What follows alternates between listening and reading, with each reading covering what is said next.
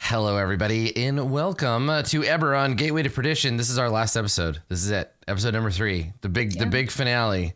We saved all the muted trumpets and the rain and the black and white toning for this episode, so buckle the hell up.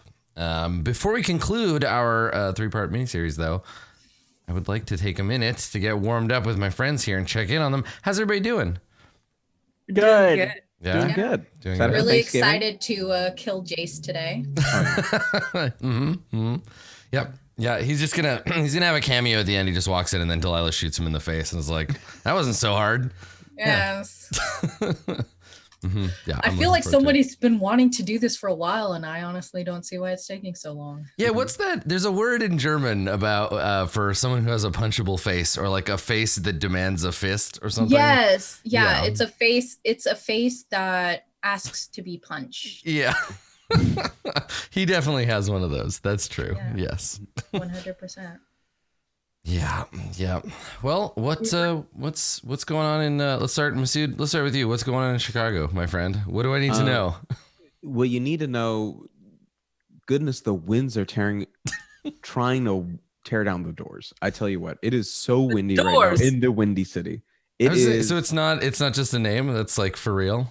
I just think today is an especially windy day. Also, there's this thing called like skyscraper winds that like draw wind certain ways, and then there's the lake. But also, the real reason why it's called the Windy City is because when Chicago was a sausage town back in the good old days, when it was just a meat packing plant, they claimed that their meat was much better than all the other like surrounding cities like Cincinnati and some of the other ones.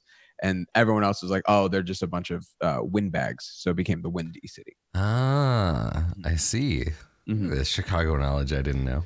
You know, who would have thought I've been a bike tour guide in the city? Oh, Nobody but really? now. Oh, Yeah. that's so exciting. It's terrifying. Adam. This is like all of the comedy friends are doing. They're like, yeah, architecture boat tour guide, like bike tour guide, bus tour guide.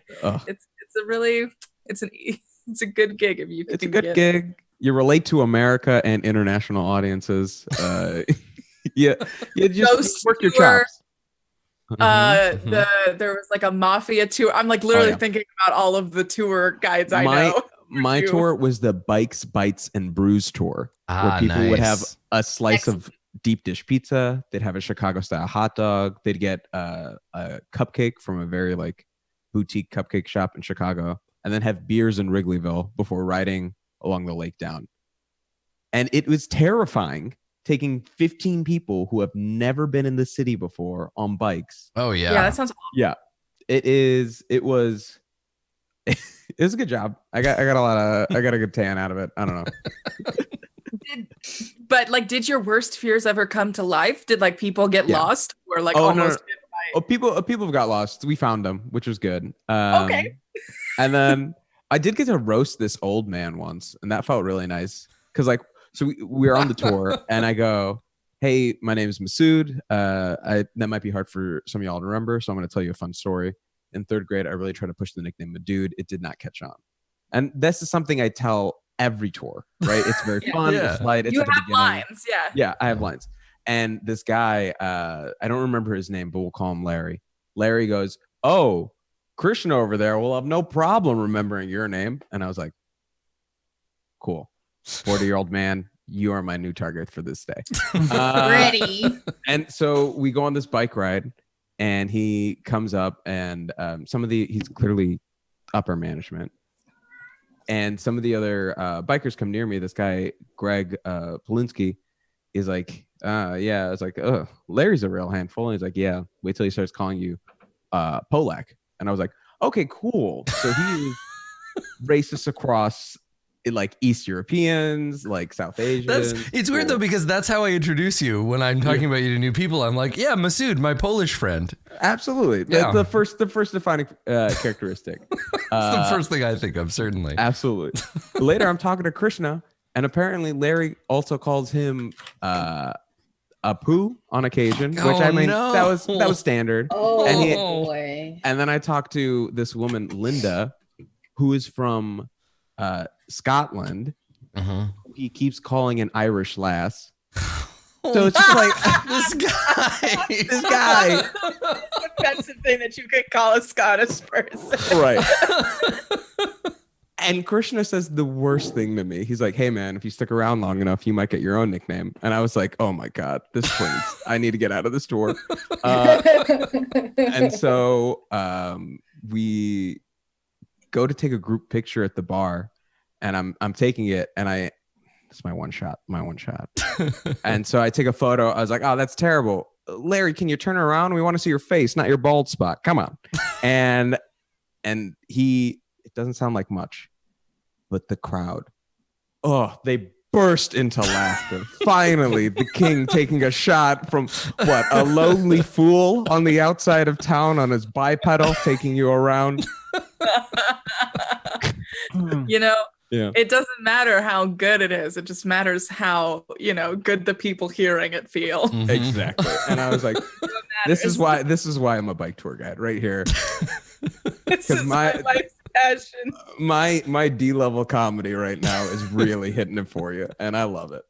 Don't like your boss? Take him on Masood's bike tour and we'll knock him down a peg or two. I'll roast him for you. Some very light stuff that you'll talk at the water cooler about for 2 years from now. So when you're driving people around on these tours and stuff, and they're asking you questions about Chicago, did you get a lot of like what were people curious about when they thought about Chicago? Like, what would they want to know? I think they really wanted to know a lot of them want to know about Al Capone, which is always a big thing. For the tour that we were on, a lot of folks wanted to know like good places to go afterwards to hang out. I think once we're done doing this nerdy bike ride, where can we go and be cool? Absolutely. Well, it was like cool because you go through these neighborhoods and you point stuff out. And like I feel like most often their questions were, really just like the rumors. Is it really that dangerous? Is like like some of that stuff. Yeah. I think I feel like that would be like it's sort of an interesting thing because like I can see why, and to your point, Katie, I know a lot of, because I live in Vancouver, so there are a lot of actors here as well. I have a lot of actor friends who do things like planetarium tours or like those kinds of things. We're like, let me perform for you in this constrained environment. So I dig it. It's not a bad gig, and honestly, it was a workout. The toughest part about it was going from biking 0 miles a week to 60. And so Gosh. That's a negative Ghost Rider. I'm now imagining a TK bike tour around. I want nothing more than to go on this bike tour. It's my new life stream. If you all come to Chicago, I'll do a private one for you. I would love to redo the route with just you guys. That would be very fun. I would never. Not because it's silly or anything, but because it's exercise. Absolutely not. Leave my house to exercise. We'll have you just on a pedicab behind my bike, and the rest of us will be biking. Finally, yes. As I deserve. Have me in like a little Barbie convertible. Perfect. Ideal. Just pulling me behind your bike. I'm just lounging in there. Everybody else is on a bike. Everyone else is on a bike, and TK is driving a hot pink Power Wheels behind everybody else. Knees up to your chin because it's like this long. No, I'm like lounging, so I'm like pushing it with one hand and like driving. Love it. in my Barbie drop top. Yep. Good. We had to mod it so it would go 20 miles an hour, but now that it does, no, it's hooked up to the bikes. So I'm not really driving. I go 20 miles per hour. That's what we're saying. I see. Yeah. I'm back on board. Yeah. In chat, Infinity Phoenix says, now I'm imagining Vic biking Delilah around like that. I could see it. Yeah. They got like penny farthings in Eberron, but in Sharn it would be very dangerous to ride a bicycle because you're riding on all of these like crowded thoroughfares very high up in the air, and if you got knocked off your bike, somebody doors you, you're dead. You're gonna just fly off and die. So much more dangerous. But I'm just imagining like a squadron of just like insane unicyclists who ride on the rims of bridges. Yeah. I had a chance to take Featherfall, and I chose Firebolt instead. So yeah, because one of those is a good spell, and the other is Featherfall. So you're fine. I think I had the chance to take something like that, and I was like, if I fall, I fall. Speaking of which, you're level 5 now, right, Delilah? So your Firebolt should jump up to the next cantrip tier. Oh, right now it does 2d10, I think. Heck yeah! And you've got your Arcane Firearm, so it does 2d10 plus a d8. Oh. Heck yeah. We were actually talking about how we can put ourselves in just narratively risky scenarios because as PCs know for sure we make it to the train. That's we right. live to get to the train. It's canon, so it's like really we're unkillable. And we're at full health when we get there too. So like I'm also level 3. Yeah. Okay. I don't know if you've ever played a Metroid game before, but that's what's happening here. It's like the first fight, you're level 20, and then back to level 1 for the rest of the game. You gotta go collect all your abilities again. It's awesome. Yeah, it's like a Dark Souls tutorial. Yeah, exactly. Here's some stuff. Now we're gonna take it away, start over. Yeah. No, this is gonna be great because we are essentially unkillable because we've already seen the end of the story. Until we get to the train, then we're super killable. Yeah. But we win the train, so don't forget that. The moment we see the commissioner in canon, all bets are off. Yeah. Do we?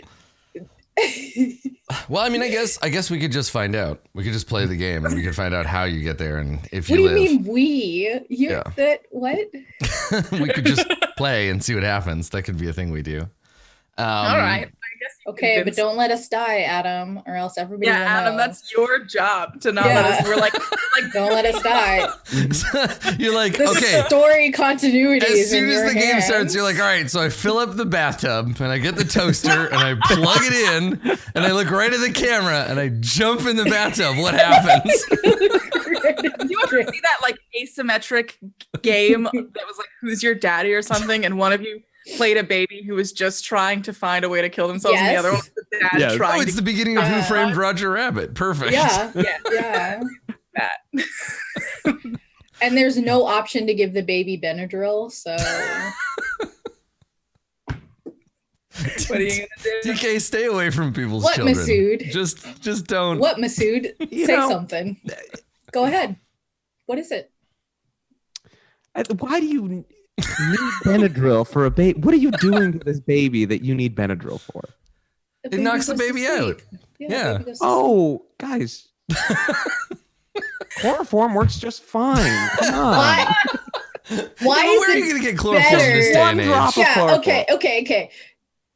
You're telling me that you are more likely to have chloroform in your pill cabinet than Benadryl. That's Chicago, baby. That's the Chicago. That is a true fact about Chicago. Here's the thing: the whole reason that you need to knock the baby out anyway is so that Carlos can't hear it crying and doesn't know where to find you. Absolutely. That is so the new you can game. get your precious baby to safety before Carlos attacks it mercilessly. I want this game of Mafia, except who's the hidden Carlos friend? Secret Carlos. Oh boy! Congrats on him getting married. Yes, that's right. Congratulations to our dear friend Carlos for getting married and having a great time. Marrying Serena is definitely the best choice you ever made. So, good job, buddy.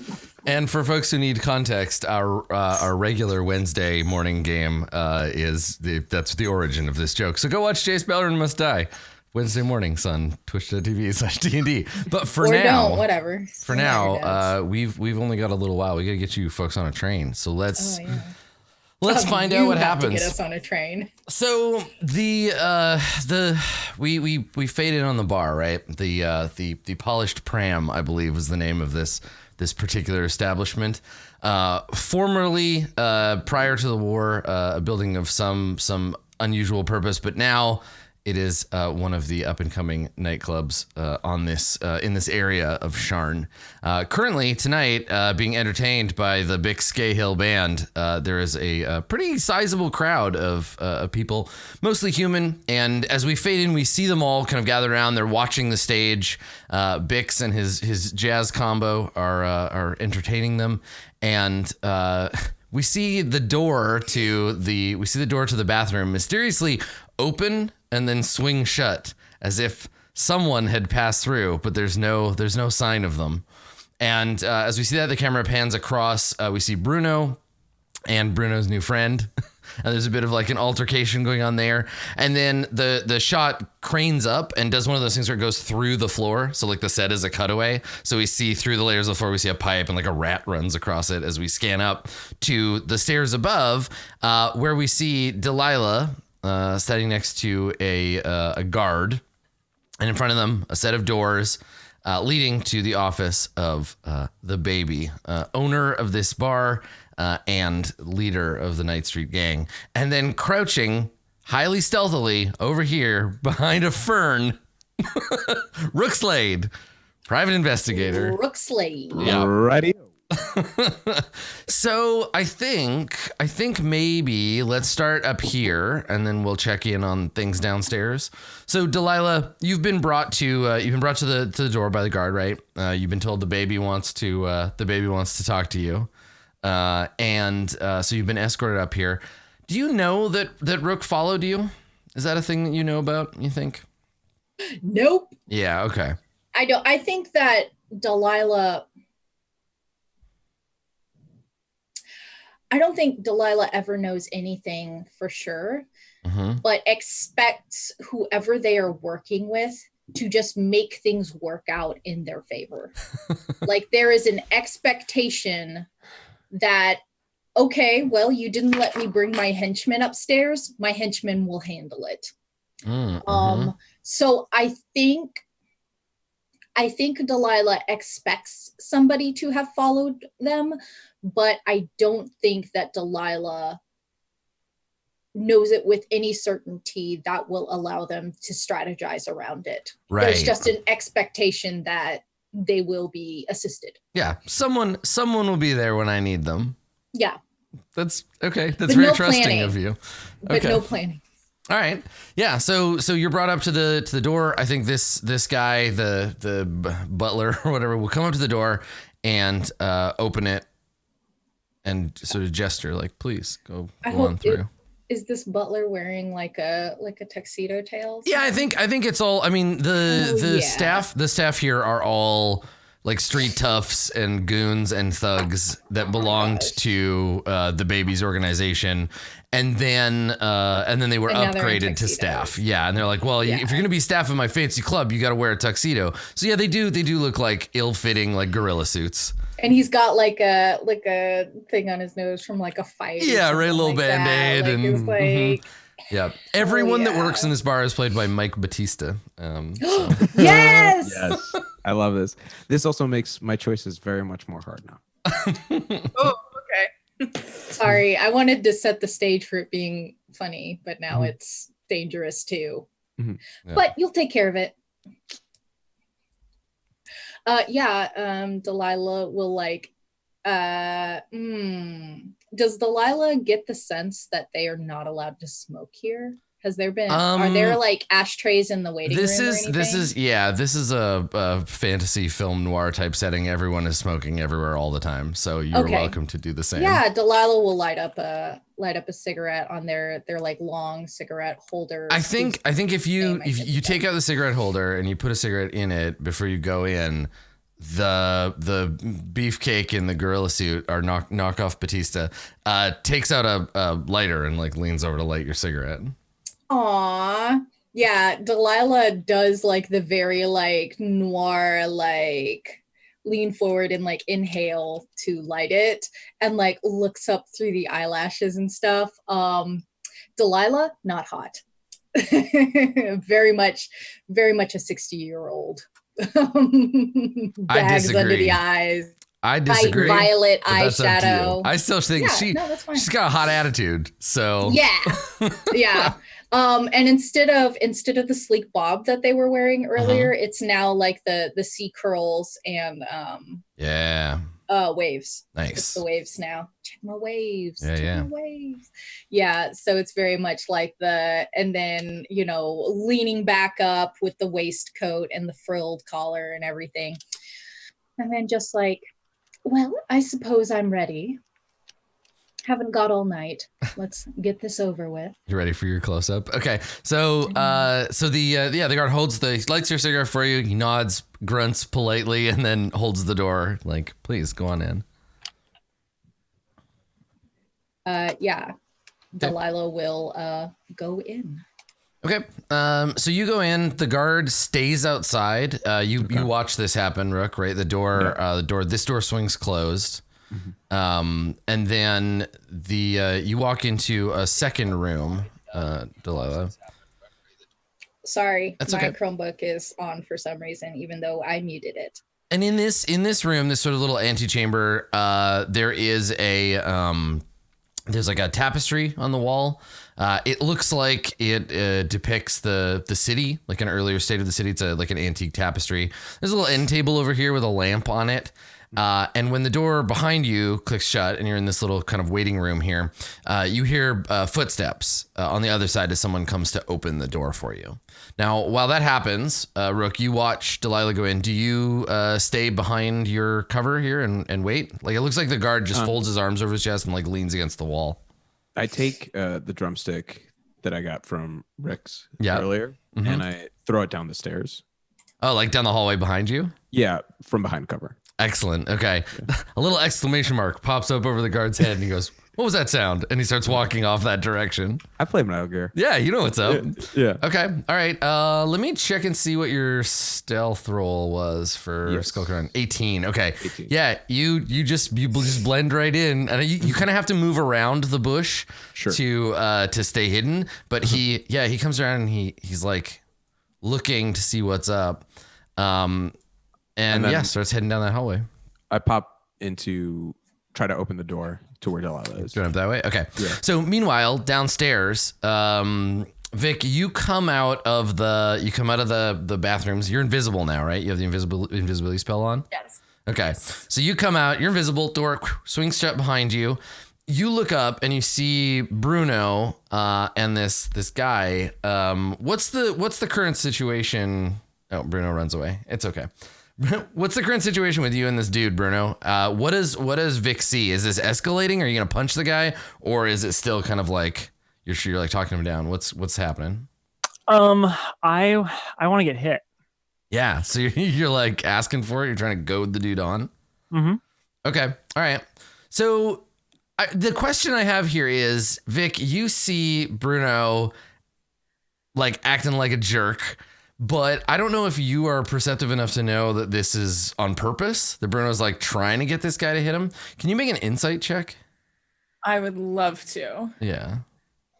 Insight. I wonder what my insight score is like. Oh, it's all right.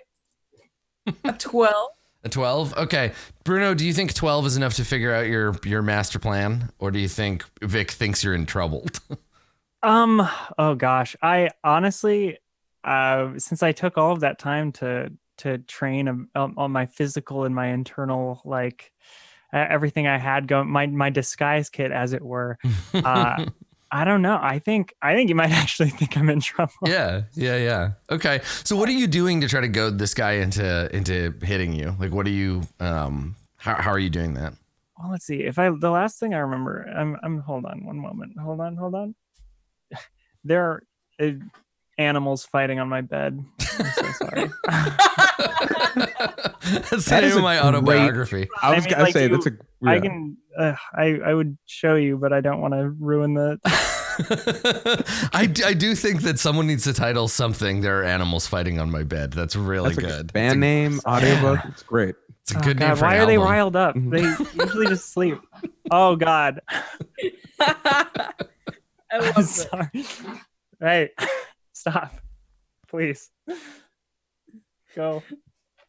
Pleading with pets is such a mood. Please. Yeah. Whatever you're doing, just stop doing that. I'll be right back. Okay, that's all right. Okay. So Vic, you see this. I don't imagine you're gonna get involved anyway, right, Vic? Because you don't care about Bruno that much personally. Almost certainly not. Okay, all right. So what are you gonna do? You come out, you see Bruno. There's some trouble maybe brewing, and you just walk by. Yes. Okay. I think it's like, well, that is not my problem. Yeah, sure. My poor, sweet Delilah is unattended and uncared for. Every second that that's happening, I'm failing. So I just need to fix that as soon as possible. Okay, so you just want to make your way to the back entrance here and then up the stairs? I would think so, yeah. Okay, all right. So you maneuver your way down here. And then, Bruno, so you wanna try to get a fight going? You wanna get some trouble started here? Yeah, so the last thing I remember was this person taking their rings off and like handing them to their friends. And they were like, all right, buddy, you're gonna, if you're gonna keep causing trouble, and he kind of like he's doing that thing where he's just posturing, right, to see if you're gonna back down. No, I'm just gonna I'm gonna like kind of lean in to him a little bit, like not get in his space, but like, and then like put my hands up and be like, hey, no, you probably don't want to do that. I'm sorry, but like there's no way you're gonna beat me. I'm just gonna make you look foolish in front of all your friends. It's gonna be a real problem for you. So yeah, I think he just takes a swing at you, like where you're like, you don't want to do that. He's like, you don't tell me what to do. You're not my mother. And he takes a swing at your face. So let's see. Melee attack from this guy. I don't have an unarmed attack set up for him, so I'll just roll it manually. Takes a swing at you and he misses. He gets a 9. What does that look like? Do you block like instinctively? Do you duck out of the way? Does he swing and just like he's drunker than he thought? Like what does that look like, Bruno? I want to, if at all possible, can I just get out of the way, and as he is like missing, like was swinging with the fist, I want to like grab the left side of his head and bash him into a table. Yes. Yeah, you totally can do that. Yep. Cool. Yep. Roll a d6 and add your strength modifier. Okay. I remember how to do this. I just want to see how much damage it takes. Okay. So you got a 2, and then what's your strength? Is it plus 3? Plus 3 now? Okay. 5. All right. Okay, yeah, so there's this loud bang as head meets table quickly, and all of the drinks on the table jump a half an inch when you smack his head on the table. There's some rattling. There's a shout of surprise from over here. I think it's probably not quite enough yet to stop the band. Maybe they like, Bix never misses a beat, but maybe the bass player's like, boom, boom, boom. And then like gets back to playing. He's like, wait a second, nope, gotta keep going. And there's this momentary hiccup as you hit the guy's head on the table, and he's stunned for a second, trying to like figure out little birdies are flapping around his head. Meanwhile, back upstairs, Delilah, the door opens in front of you, and the smell of cigar smoke kind of wafts out from the door. You can see into a lavishly appointed office. So it has some furniture as you come in. So you see one of these gorillas, and he gets you to come in, and you see that there are some stools along the side. Over here, there's another fern over there. There's a big desk. Another small sidebar over here with drinks on it, right? So it's got a big like crystal decanter and some other bottles over there, like a bucket with ice. And then there's a leather couch here. And there are a couple of other guests of the babies. These seem to just be like kind of his favorite goons or like other members of his association. And then, as you look across the room, you see sitting in the big leather chair over here, you see the baby himself, Tyke Myson, and he's sitting there and he's got his feet up, and his feet are bare because he's a halfling. They don't wear shoes. So his bare feet up on his desk, and he's got a cigar in one hand, and there's a glass of some dark liquor sitting on the desk. And he looks up when you come in, and he smiles, and he's got like about 50% more gold teeth than the last time you saw him. And remember, he's like built like a little like spark plug. Like he's dense and small, and he used to be a professional boxer for like a really long time. So he's pretty beat up. I know you don't mean me to, but I am definitely picturing like a halfling version of Carface from All Dogs Go to Heaven. Sure, yeah, that'll do. Yeah. I love him. So he's looking at you, and then behind on the wall, behind him there is a framed poster of or a framed picture of the newspaper from the day that he won the big fight that put him like where he is today, right? So there's this thing about like the baby's rise to power, like all this stuff about him winning this fight, and there's like a picture of him with a bunch of like city officials and stuff. He's like shaking somebody's hand, and so he keeps these like newspaper clippings framed behind him. And when you come in, I guess the guard steps over here and closes the door behind you. Can I? Yeah, Rook, if you want to do something, get to the door just gently and like stop it before it shuts all the way. Yeah, totally. Okay. Yeah. So the door swings most of the way shut, and then yeah, I catch it. Stops on your foot. So, also, I want to ask a question. Is the baby's Tyke Myson's? Does he have a brother named Vincent? Is he the one that I put away that then got out? Or yeah, I think so. Yeah. Okay. So I also have this person. I got it. Yeah. Nice. So you come in, Delilah. Do you let him have the first word, or do you say something upon like looking up and seeing him at his desk? I think Delilah will take in the surroundings first. I want to ask a question from Delilah's point of view. Yep. Did the baby style or design this room as more befitting of his stature, or is all of the furniture bigger than him to overcompensate? Well, so his desk, if you look, the chair and the desk are definitely custom made because they bespoke. They're big, right? Like it's a big chair, but the proportions are such that it like he fits in it. So the desk and the chair themselves are quite low to the ground, but they're large, so they're kind of human scale, but it's structured so he can sit in them and look like not an actual baby. But other pieces of furniture in the room, like the chairs and the couch, those are just regular human-sized furniture. And then if you look at the sidebar, you see that there's actually a retractable set of stairs that come out of the bottom of the sidebar. They're currently closed, but if you wanted to make himself a drink, you could just walk over and like kick a lever, and the stairs would come out, and you could climb up to the sidebar. But he has other people to pay to make drinks for him. So. Yeah, Delilah has a lot of opinions about that. And are the baby's guests, are they sitting or standing? They're all sitting. Yeah. Okay. They're doing that awkward posse thing where like it's obvious that this is a scene in which you and the baby need to talk about stuff, but they're just in the background being like, yeah, I'm important enough to be here, but not important enough to say anything. Yeah. See, that's because if they were standing, Delilah would assume they were subordinates. But Delilah instead assumes that they are at least slightly important enough that somebody values their lives. Okay. Delilah will step inside, and after the door has closed behind them, because they never look over their shoulder, they never look behind them. Whatever is behind them is in the past. And sort of like takes a drag, flicks a little ash onto the floor, says, Myron, how delightful of you to invite me to your nursery. He chews on the cigar threateningly, and then as he speaks, a cloud of bluish smoke comes out of his mouth, and he says, "It's been a long time, Delilah. You don't look so good. Rough life.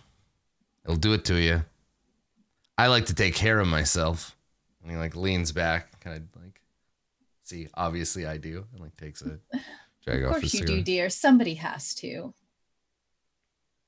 And he shrugs and he says, "You like what I done with the place?" And they look around and they sort of like make a show of taking the room in. Well, it's not as tacky as I thought you'd make it, but it's still perfectly you. He's not sure whether or not to be offended by that. So while you're talking, and Rook, you're eavesdropping, we fade back to downstairs. Vic, you come around the corner. You've made your way up the stairs, right? Invisibly. I'll carry you upstairs. Thank you for carrying me. Yeah, there you go. Oh, I just threw you outside. There you go. Okay. Okay. So you come around this corner of these stairs, and as you look up the hall, you see a guy in a tuxedo holding a single drumstick and looking at it like he doesn't know what it's for or like what it is. Okay. Great. Ooh. Now I think you saw Rook like get the drumstick, right? Like you saw that. So I think you can put those pieces together. You're like, oh, Rook's already up here. Or this guy's just giving out drumsticks willy-nilly. Okay. You're my biggest fan. I'm going to like approach silently and just start like contemplating like an Assassin's Creed, just like yeah. I mean, if you want to try to like, you know, grab him and choke him out, you certainly could. Big old turkey. I would look for a quick place to stash the body though first, and I see any like supply closets or large. Yeah, I mean there are literally like rooms all along the side, and the one if you scooch up to this door. There is. Okay. It's funny you ask because the door literally says storage on it. It has like storage written on the door. Yeah. Oh, vastly convenient. Mm-hmm. All right. Let's. Well, I don't want to. I'm gonna use like Vic's. Here's me perpetually afraid of fucking everything up. But I know you're gonna get on that train. That's the one thing I know to be true. I'll make it on this train. It's Adam's job to put us on that train. I don't think that's how that works. I will definitely like look, and Vic's gonna make sure that like the probability of like them succeeding is like surpasses the certain threshold. I don't think Vic's a very like risky person in terms of sacrifice, but yeah, if there's an opportunity for me to just like take this person, knock him out, and put him in a supply closet, right now he's still pretty far away from you, so you'd have to lure him over or get closer to him. I'll sneak closer. I'm invisible. Okay, all right.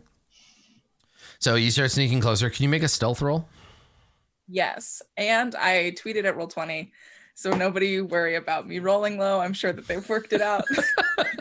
Yeah, that bug where you keep rolling low. Yeah, I think that they fixed it, so nobody worry. Oh, I just have a 1 in stealth. That seems interesting. But you're invisible right now. Yeah, you're invisible, so you have advantage. Oh, 9? Yeah, you're 9. Okay, all right. So you start creeping up, and you step on off the floor, right? And you hear like a creak on the floorboard, and the guy with the drumstick looks up and he's like, "What was that?" And he like grumbles and he starts just walking towards you. Okay. Well, looks like knocking him out is for sure gonna happen, I guess. Yeah, what is that gonna look like? Is it for sure gonna happen? That's a really good question. I'm happy you asked it, Adam, because I have an answer for you. Well, you ponder it for a second. He's walking towards you. He heard you walking. He starts walking towards you. Meanwhile, downstairs, Bruno, you smack the guy's head on the table. His like the other people at his table get up and they back away, like hands up. It hasn't caused a bar-wide scene yet, but you are certainly capable of making it one. So you hit his head on the table and he grabs his head and he's like, what the hell? And then what do you do? But you slipped. I'm sorry. Are you okay? Do you want to let him take another swing at you? Yeah. Okay, nice. All right. So he does, getting a 12, which is another miss. So you hit his head on the table. He gets up. He's all confused. You're like, you must have slipped. And he's like, the hell I did. And he swings at you and he misses again. You just step back and his fist swings through the empty air. Do you want to try to like knock him down, or because you're just like playing with this guy now? What on earth? Surprise attack! Oh my god! Okay, sorry, that scared the living hell out of me. Oh, fair. They love that. Wow. That Look at that. Well, okay. What am I? Okay, back in the narrative. Okay. Yeah. So this time when he misses, I just wanna steal the flower. Yeah, you're just yank it out of his little. Okay, sure. But I wanna like with it without him noticing, like all sleight of hand, like. Mm-hmm. Yeah. Make a sleight of hand check. We'll see. Yeah. Okay, this will be great because I have a 1. So here we go. Yeah. Hey, not bad. You got a 16. Hey, Yeah. nice. Okay. Yeah. So he swings at you, whiffs in the air, and yeah, as he turns, you can see his little boutonniere or whatever here, and you can just like yoink. Yeah. So you yank it out of his the buttonhole, and he like spins around and he looks. He's like, "Hey, give me that back. That's mine." Wait. Can I steal without him noticing? You want him to not notice? Yeah, totally. So you just okay, yeah. So instead, he just spins and like ends up like staring at the table, and he turns around. And he's like, "Come here, you," and like tries to get himself situated again. He's maybe drunker than he thought, Sure. and then he has maybe a concussion. So he stumbles sideways out of his chair and is trying to like right himself so he can get his dukes up.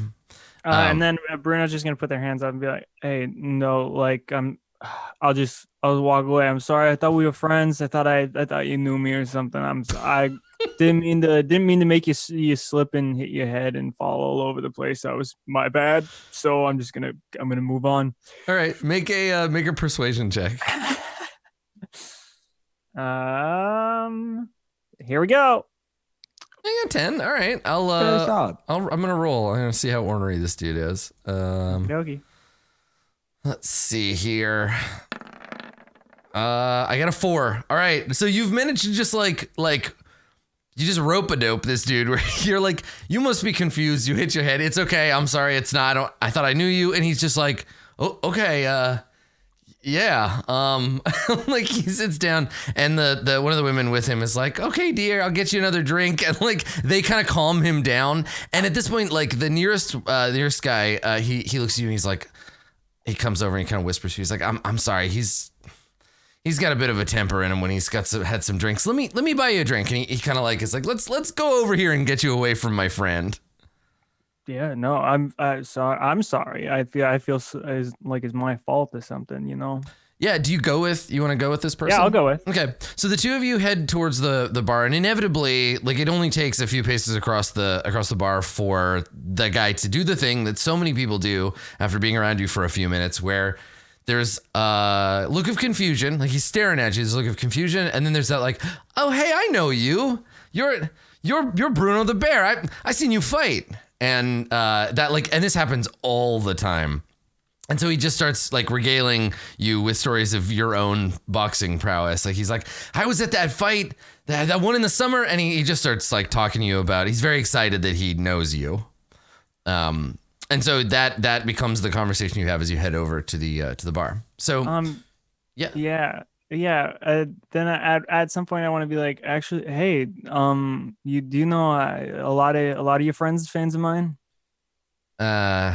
He like tugs on his collar. It's like, I don't know if fans is the right word. And he looks around and he's like, this is the baby's club, and you're pretty brave coming here. Well, yeah, no, I was supposed to be in disguise or something, but I don't know. I'm having a hard time changing my voice, and when you say that, he nods and he's like, oh yeah, I get it. You're you're hiding. I won't tell nobody. Don't worry about it. And he looks back and he's like, he's gonna forget all about that conversation. I won't tell anybody you're here. Oh yeah. No, oh yeah, buy me a drink. And then I gotta go take care of some business. But hey, thanks for everything. If I come back over and talk to you in a minute, is that cool? Can I do that? Yeah, and he's just like, just starstruck, right? Like, just yeah, of course. Like, yeah, I'll. And he gets, he pays for your drink, and he's like, whatever you say, Bruno. He's just so excited to be having this conversation. Cool. Okay, so back upstairs, Delilah,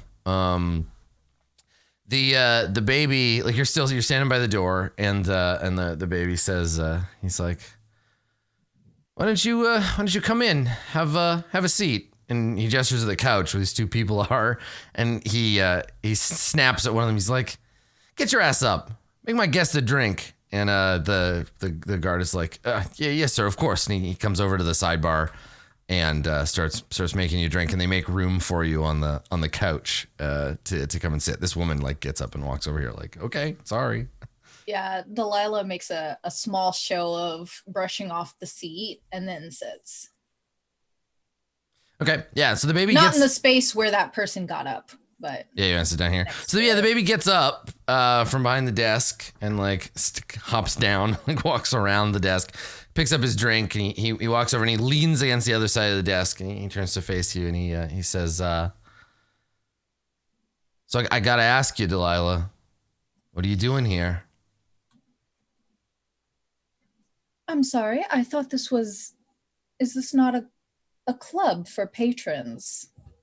Yeah, you know that it is, but and he squints. I don't remember you and I making any deals about turf before you went away, and since you were gone, there was all this open opportunity, and House DeCanneth never said nothing to me about it. So if you're here to cause trouble, Delilah, you got to know I own this neighborhood now. I wouldn't want anything bad to happen to you. Well, that's not very polite. And then they'll just like flick their cigarette on the floor again. Okay, this guard runs over like, oh God, and like picks it up with his hands like he doesn't want it to burn. Like, Delilah doesn't even look at them. Yeah, of course. Yeah, he scrambles over like, oh jeez, and like picks up the cigarette off the floor, like runs over and puts it in the ashtray. Myron, that hurts my feelings. You think that I would cause trouble over this? Yeah, you can play coy if you want to, Kenneth, but I know you. You're trouble. No matter where you go, no matter what you do, there's no good reason for you to be here. You shouldn't even be in Sharn. There's no room in this town for you anymore. It looks like there's an awful lot of room. I mean, you can't possibly take up that much space. Oh. The other guard hands you a drink, and I mean, you've had like interactions with this guy before, right? Like you used to be, back when you ran this neighborhood, he was just like a minor figure. And so I think that the two of you have at some point or another like had drinks or whatever. So he has his guard make you something he thinks that you would want. What kind of drink? What used to be Delilah's drink? Delilah would just have straight up whiskey. Yeah. Just be straight whiskey. But also Delilah, once taking this drink from this, like transfers the cigarette to the other hand. Yeah. Takes this drink and looks at the guard. No coaster? And he looks around and he's just like, there's no table for you to put it on. And he goes, just 1 second. And he starts heading towards the door. Okay. Rook, because you have the door open, you hear and see through a slit in the door like most of this happening. What are you gonna do? There's a guy coming towards the door that you were hiding behind. I'm gonna pull back a little bit and let him enter the space as the door swings with me behind it. Okay, sure. Mm-hmm. Yeah, that makes sense. And then as the door closed behind him, I would like Rook to slide their knife in their throat. Yeah, ice this dude. Okay, yeah. All right. You know, here's the issue. Rook is normally pretty neutral, pretty on the level, but this is the gang. We know this now for a fact. Like this is 100% confirmed. Yeah. Now these people are irredeemable, and it's kind of like earlier when a shift just like occurs. Yeah. Well, and the thing for Rook, like, exterminate. Yeah, killing people from the shadows is like what you were literally born to do. You are like an investigation and assassination machine. So yeah, this guy walks out, you just slide the knife out and go to stick it in him. So make an attack roll with advantage. Sure. And I figure if you hit him, you just get him in the neck and down he goes. Gotcha.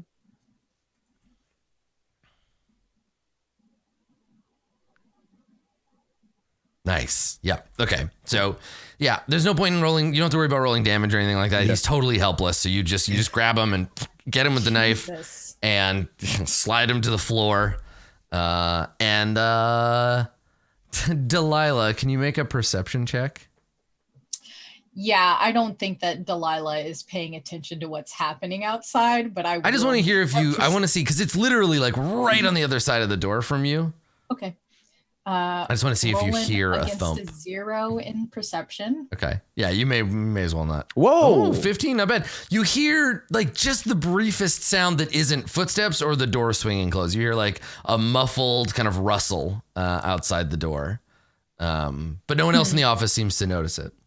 Yeah, Delilah doesn't say anything and registers it the same way that they register any of the other people in this room, which is barely at all, except that it was slightly interesting, which means my henchmen are on. I was about to say, it goes nicely with the like, of course, somebody's dealing with my problems for me. Somebody is like, somebody's dealing with this. Yeah, you're welcome. So we'll continue to rotate around. Vic, have you decided what you want to do? There's a guy walking towards you. He heard a sound and is headed in your direction. Terrifying. I don't know. I think that like Vic, in preparation to like take his form, has like dropped their previous like disguise. Yeah. And like comes out of invisibility like right as they're approaching. Mm-hmm. And just wraps a hand around their neck and casts vampiric touch. Oh, nice. Okay. Just gonna drain their life. Perfect. Okay, so we'll do the same thing. Make an attack roll with advantage. Cool. Gonna do it. Roll 20. Don't screw her now. Come on. Oh, we're gonna do it. It's gonna be fine. All right, you got 24. Nice. Hey. Okay. So in the same way, rather than like roll damage, turn into a whole thing, you get what you want, right? So you grab him, and like it's funny how the escalation from the last beat, right? Because it was like guy comes out, gets stabbed in the neck. We see Rook's glowing eyes in the dark, and then this other guy, you appear from invisibility, grab him, and then just literally siphon his life force out, so he gets all shriveled up and like, yeah, and then he's dead, and you have him in your arms. The most fucked up thing is like the last thing he sees before he dies is himself. Oh no! As throwing him into the storage closet. Yes, it's like the T20 or the 1000. Is that right? So do you want to pop open this door and just like shove him in this room? Yeah, I pop him in the storage closet. Okay. So this room actually appears to be almost like a sleeping car on a train. It's got like a little desk with 2 seats, and it's got a like a vanity, and then there's a little like a hanging curtain that separates from a sleeping area. Cool. But there's nobody in here right now, so you just boot the guy in, and you can like slide him under the curtain and hide him there. Radical. Yeah, and then you just like take put on him his under the bed, and it's foreshadowing for when I get under the bed on the train. Very nice. Yeah. Now, do you? I guess you have to take the time to like take his clothes off and then put them on, and then change your body to fill them out. Yeah, probably. Okay, so that's what we do. We see you sliding a naked body under the bed and starting to like pull on this oversized tuxedo, and then shape change to like fill it out, and then all of a sudden now you're a goon. Cool. All right. So downstairs, Bruno, drink in hand. What are you gonna do? You take a look around. All of your friends are gone. I'm making my way towards the backstage. Yeah. Okay. Area. Sure. All right. So you're gonna head back here, and I'll take you upstairs. So here's the thing: you come up the stairs, and I think you hear. I guess Vic, as you come out dressed as the guard, you hear footsteps, and you turn, and you see Bruno come up the stairs. And Bruno, at the other end of the hall, you see one of the baby's gorillas coming out the door, adjusting his bow tie. What do you do? I put the flower on my lapel. Mm-hmm. And I get real sloppy. Okay. And I shout down the hallway like, "Hey, where's the singer? I'm the biggest fan." What are you doing in here? You know you're not supposed to be in here. And what do you? I know I'm supposed to not be back. No, I'm the biggest fan. Vic's just being a jerk. I'm the biggest fan. I gotta see. She gave me this flower. In fact, the flower on my own palm. So out of line. You're so out of line. I guess we gotta see what the baby would do with you, right? What the baby will do. Okay. I guess we gotta go see. Are you sure you need to take me to the baby? Make a big fuss about it right now? I guess I'm making a fuss. I just want this to be the rest of the game. Everybody just going like, ooh, hey, ooh, yo, hey, at each other for the whole rest of the episode. Tonight. Yeah. Sorry, I don't remember what his voice was. It's fine. It's all right if everybody is 1930s gangster stereotypes, I guess. Every single that's what I wanted. Just a game full of Joe Pesci. Do I look like a player character to you? What do you want? Yep. So I mean, Bruno, are you gonna go with this this goon? I'm gonna walk with the goon a ways, but I want to try and choke the goon out and stuff him in a closet. Perfect. This is your own fault. This is your own fault. I deserve this. 1,000%. How did you not think this was gonna go? I thought we were gonna walk 5 steps and see the Rook surrounded in a puddle of blood anyways. Yeah, no, Rook is being an actual stealth operative. So the two of you, you start walking down the hall. We get the shot down the hall facing towards you, right? The camera's dollying back as you walk towards it. And we see Vic, and then behind we see Bruno like crack their knuckles, like, okay, here we go, getting ready to grab you. So back in the baby's office, Delilah, you heard a brief rustle outside. And I think, Rook, you're smart enough to not let the body bleed out next to the door so the blood doesn't go under the door. It's underneath the couch that's in the room. Yeah. So just jam him over there. Foreshadowing to when I crawl underneath the couch in the train.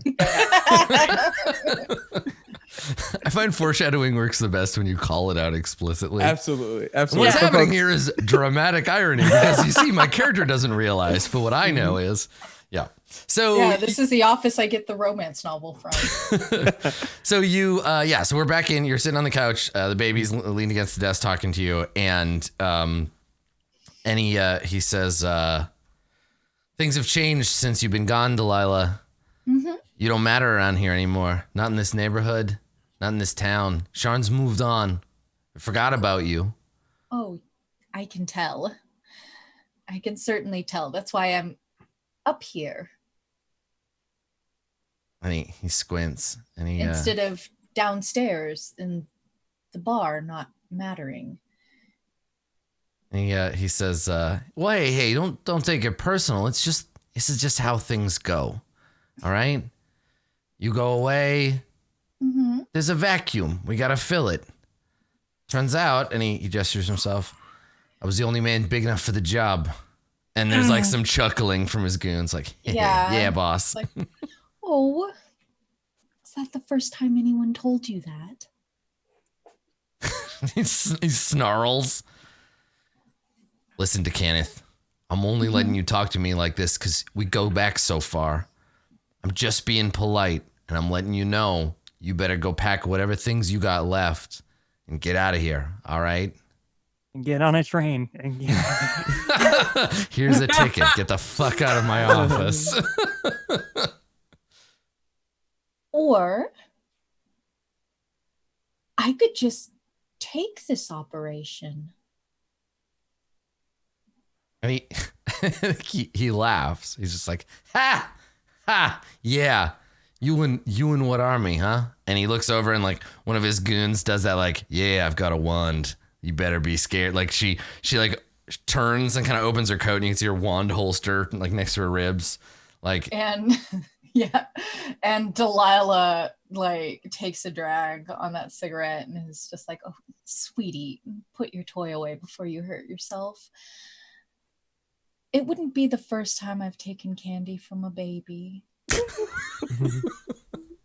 And he stands up and he takes a step towards you and he's like, "All right, DeKenneth, finish your damn drink and then get the hell out of my office. Get out of my bar. Get out of my town." And Rook, you hear all of this on the other side. Before Delilah has a chance to respond, though, we cut back to the hall. Bruno, would you like to attempt to grab the guard? Yeah, sure. Okay, all right. So it's an attack roll to make the grab. My armor class is 12, so you better do real good. How do I just like make an attack roll? How am I doing? I think unless you have like an unarmed attack set up, I think the easiest way is a d20 plus your strength bonus plus your proficiency bonus. Okay. So I'm just gonna roll d20. Okay. Roll, boy. Plus your strength is 3, right? Yeah. So 11. So 11. close. Okay, so you grab for Vic, and what is this? I'll let the two of you describe how this happens, like how Bruno fails. Have you seen the Lobster, the film The Yes. Lobster? Yeah. You know the scene where they're trying to like fight each other and they keep like Yeah. just like pushing each other away, and it's kind of slappy and like Yeah, it's like all arms. It's just arms. That's the thing about. So this. Vic, how long do you let this slap fight go on before you like revert your face to your own face and be like, get off me? Right. I think it's just the voice. I go, what are you doing? You wrestle around a little. Hey, whoa. My impression was so bad. That was the worst impression I've ever done, so that you could clearly tell that I was not the guard. Hey, I don't know what kind of tricks you're trying to pull. Pretending. Oh my God, Vic, what are you doing? Did you do something to Vic? Oh my God. I like my eyes go back to like their gray, like Yeah. Oh Jesus! Oh, okay. All right, okay. Oh, Eberron, Jesus. Yeah. I always just assume this is the thing. I always just assume that if a player uses like a colloquial expression like that, I'm in my brain. I'm just like, yeah, whatever the equivalent is, we'll do the subtitles translate it for us. Jake Speller. Oh, Jesus. oh Jesus. Oh God. I'm gonna say that in Jay Speller Must Die from No, please don't. No. Peacock bless. Jesus Christo. Yeah. So okay. So it's been revealed to you, Bruno, that this is indeed Vic, your changeling companion, but dressed as and shapeshifted into the form of a guard.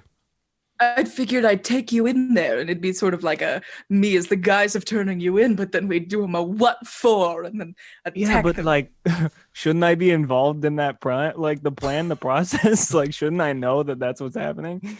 That's a valid critique. Well, I'll take that's a good plan, though. Let's do it. I hear their voices talking as they're walking up, and I just like open the door, and I'm just like, "Come on!" Yeah. So the two of Let's you, go, you cats. come around this corner. Yeah, and then Rook. Here, let me clear the door for you. You see Rook in the doorway there. Like, I'm hey, just come like on. a finger up, and just like, "Come on, cats, let's go." Okay, you see how they revealed themselves to me immediately. Yes. I do. I do see that. Pianissimo, brothers, pianissimo. Let's do the little thing where I pretend to tie you up, and then with your hands behind your backs, and then I'll push you in and be like, look at these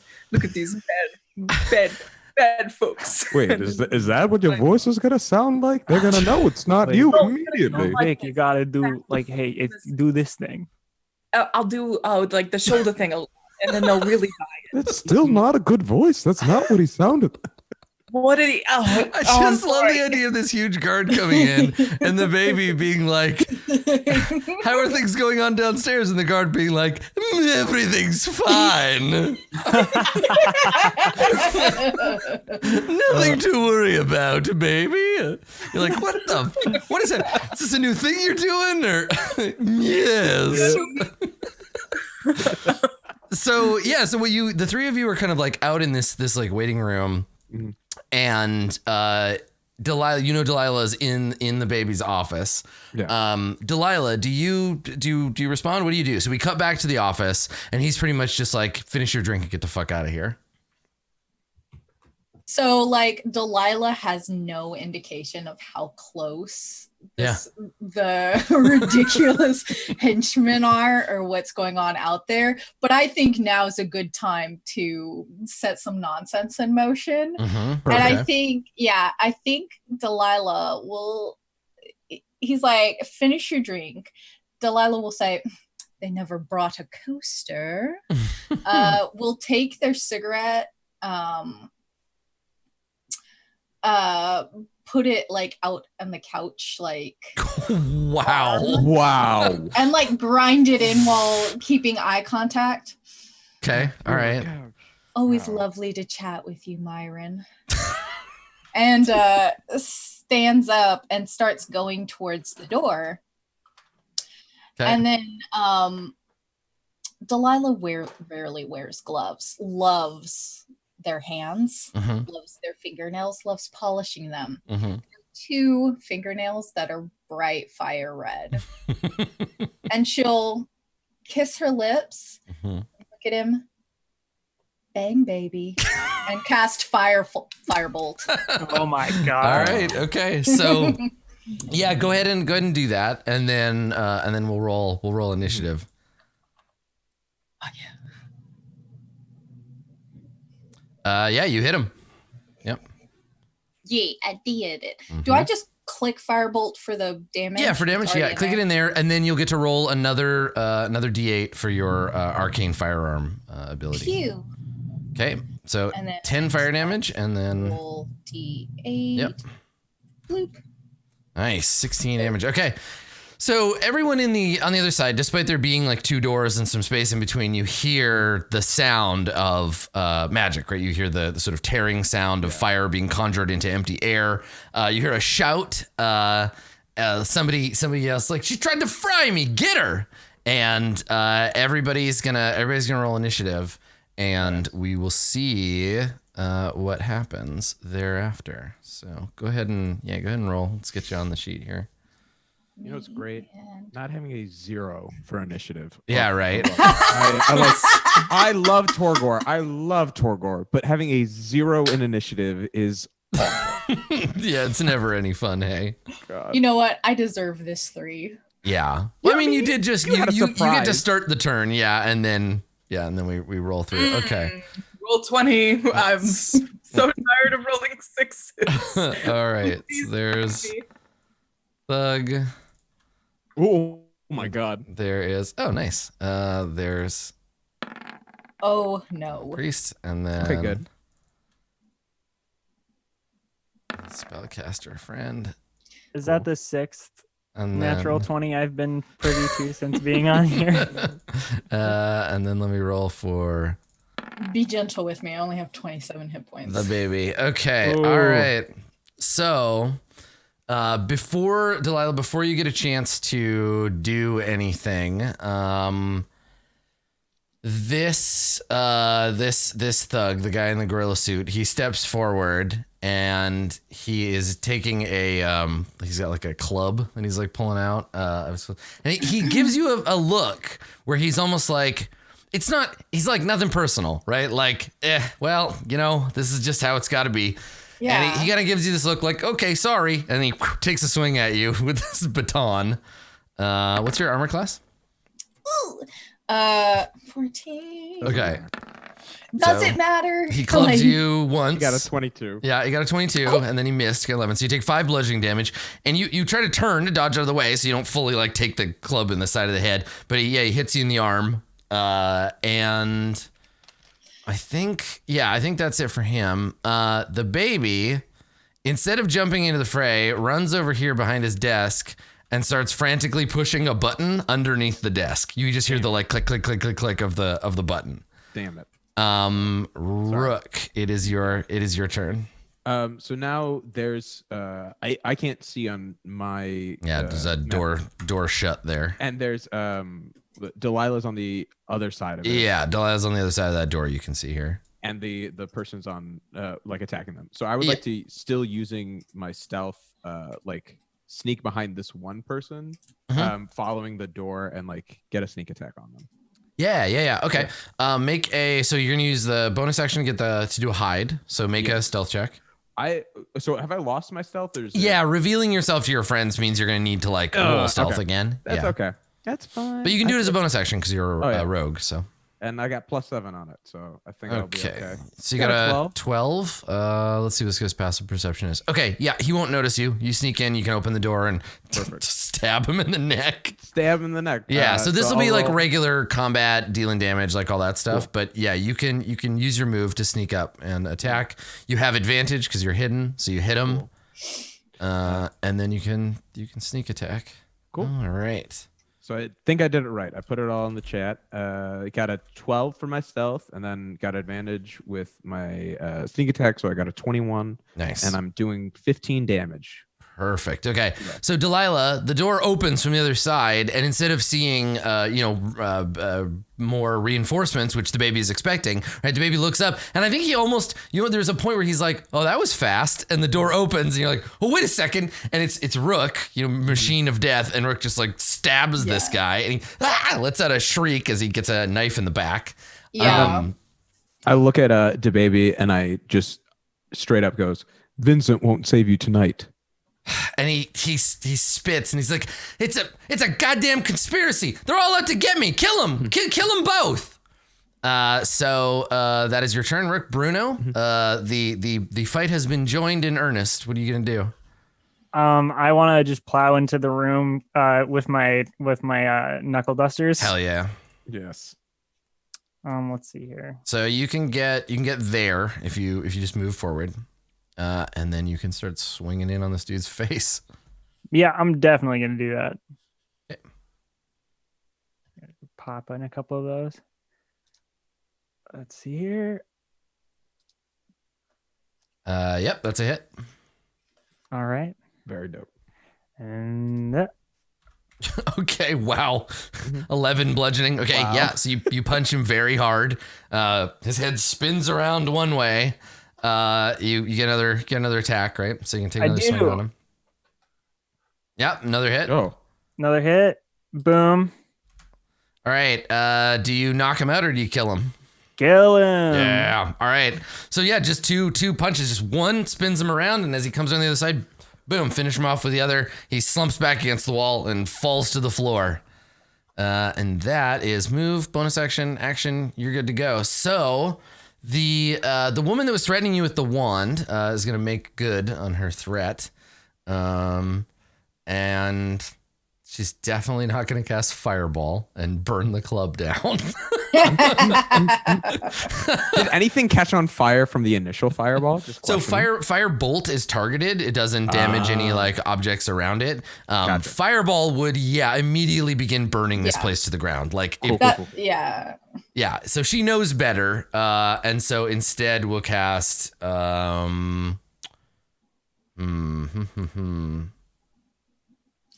Yeah, part of Delilah shooting him earlier was I don't want to shoot around my friends. So I guess it's gonna be magic missile. So she's gonna cast that on Delilah. So rude. Do you, just as a question, do you have the shield spell? I do have the shield spell. Okay. If you would like, you can cast it as a reaction.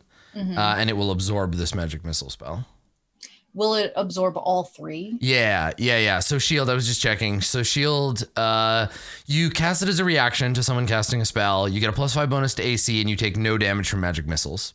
Wow. Okay. Yeah, that's I think because Delilah did see that wand. Yeah, she gave you lots of warning. Yeah, there will be the hair comb will activate into the the giant parasol on that side, and Delilah will for the first time sort of can't cast a glance over the shoulder, just I really like how she would never admit it, but Delilah is totally just a magical girl. And every time we see like 100% heavy Sailor Moon accessory magic going on here. It's very nice. Yeah. And the thing is like, I want you to imagine Sailor Moon plus Lucille from Arrested Development.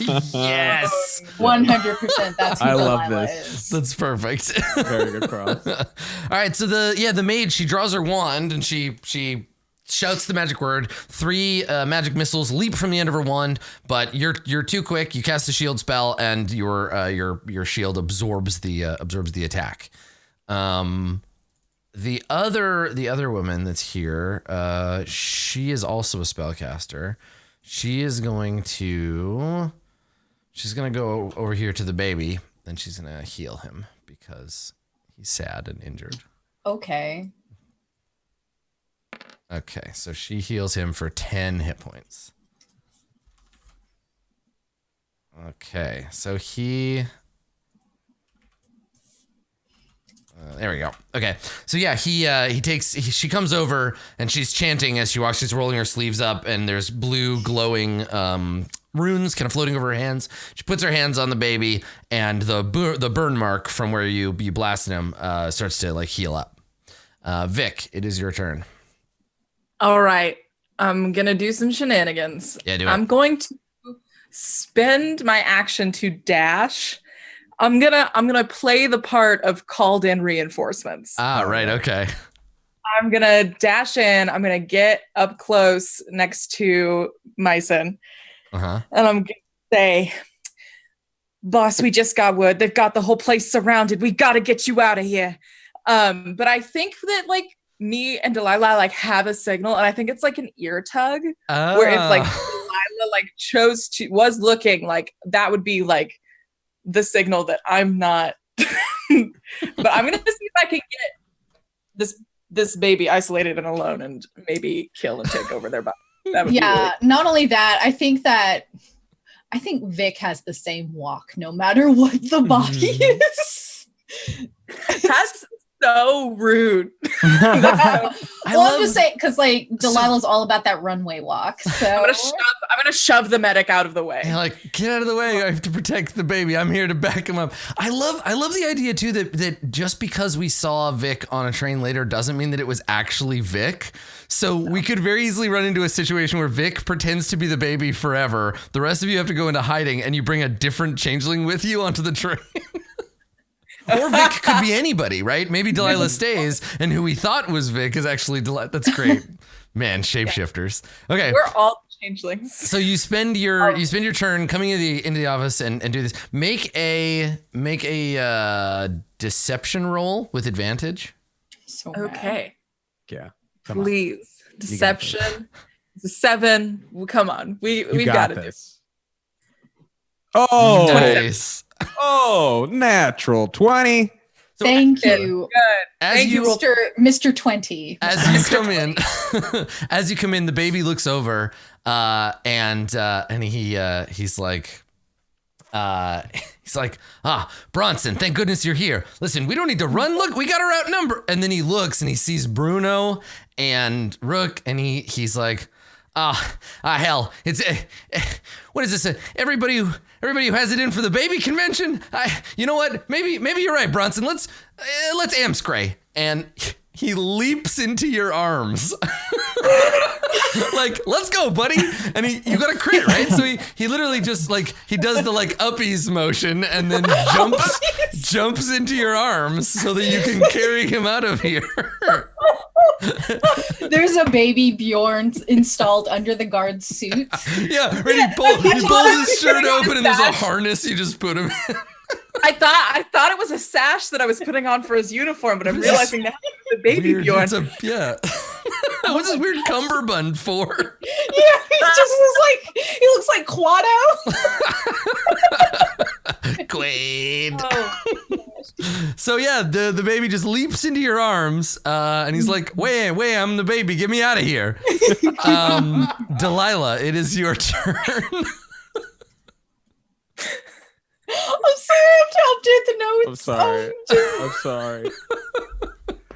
Oh, I don't even know what to do now. I'm just holding. Oh gosh, I do Oh no.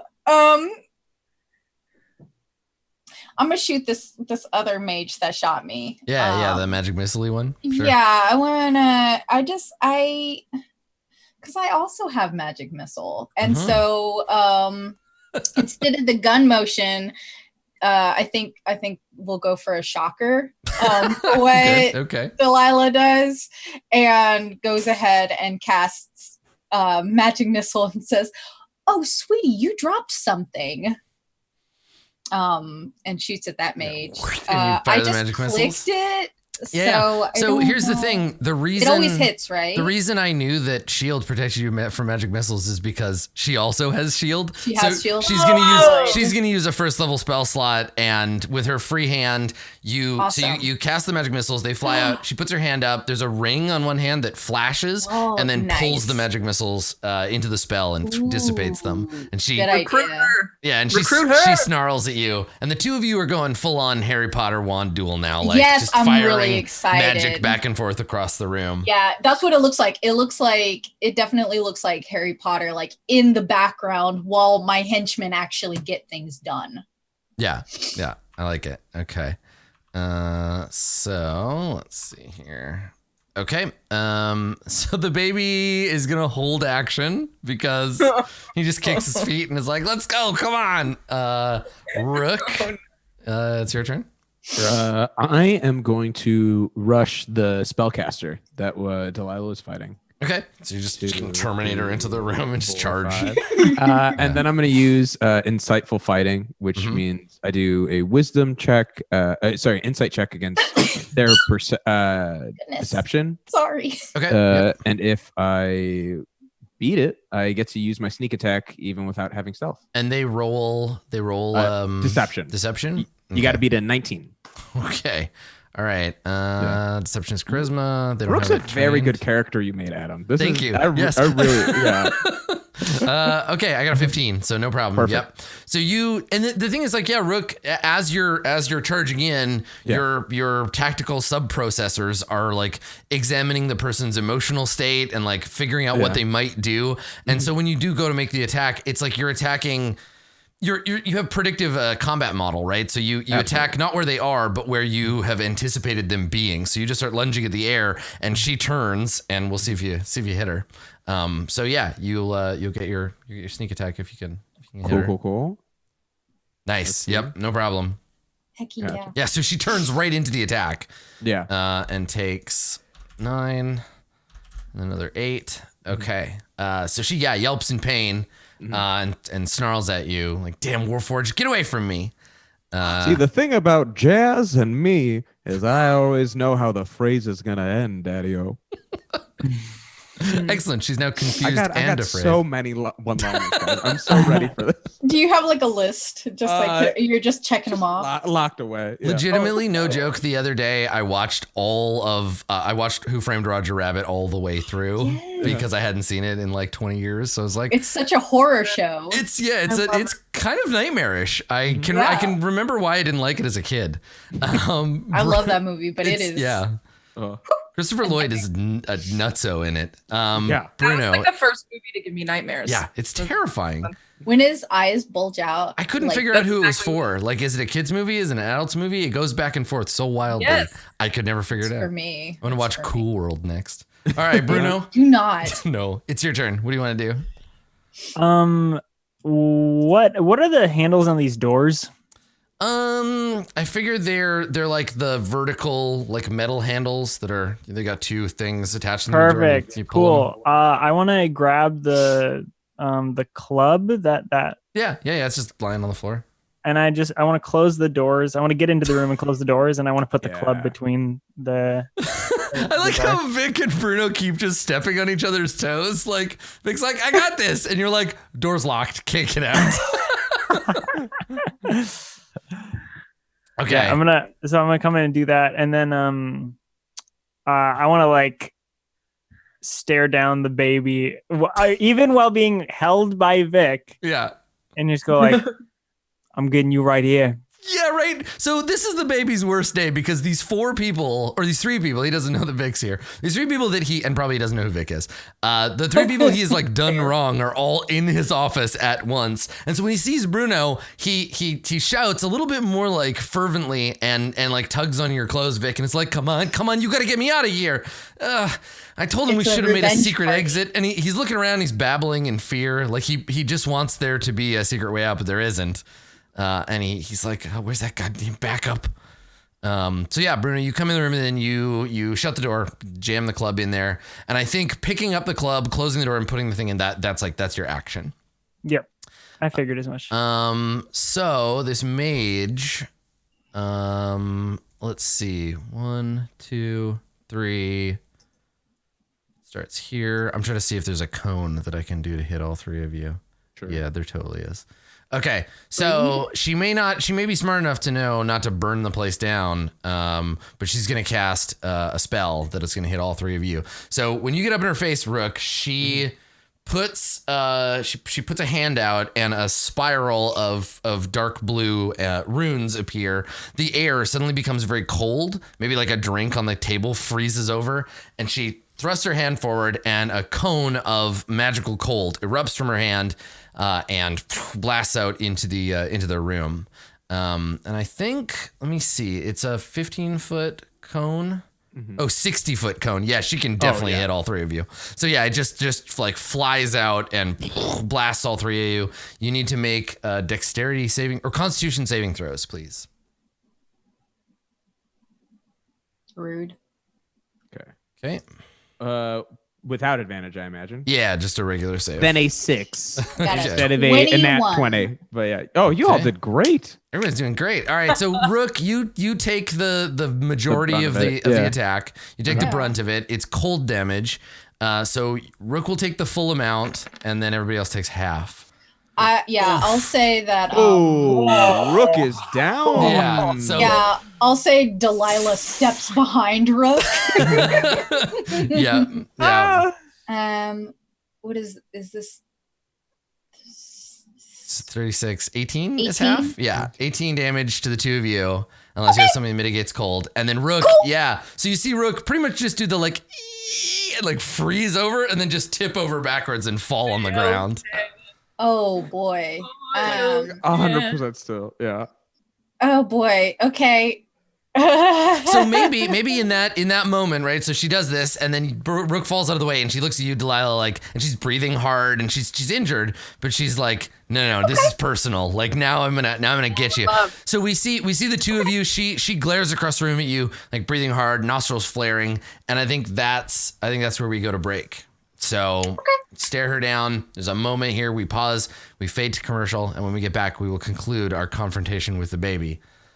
Don't go anywhere. These things that I just say out loud. Don't go anywhere. We will be right back.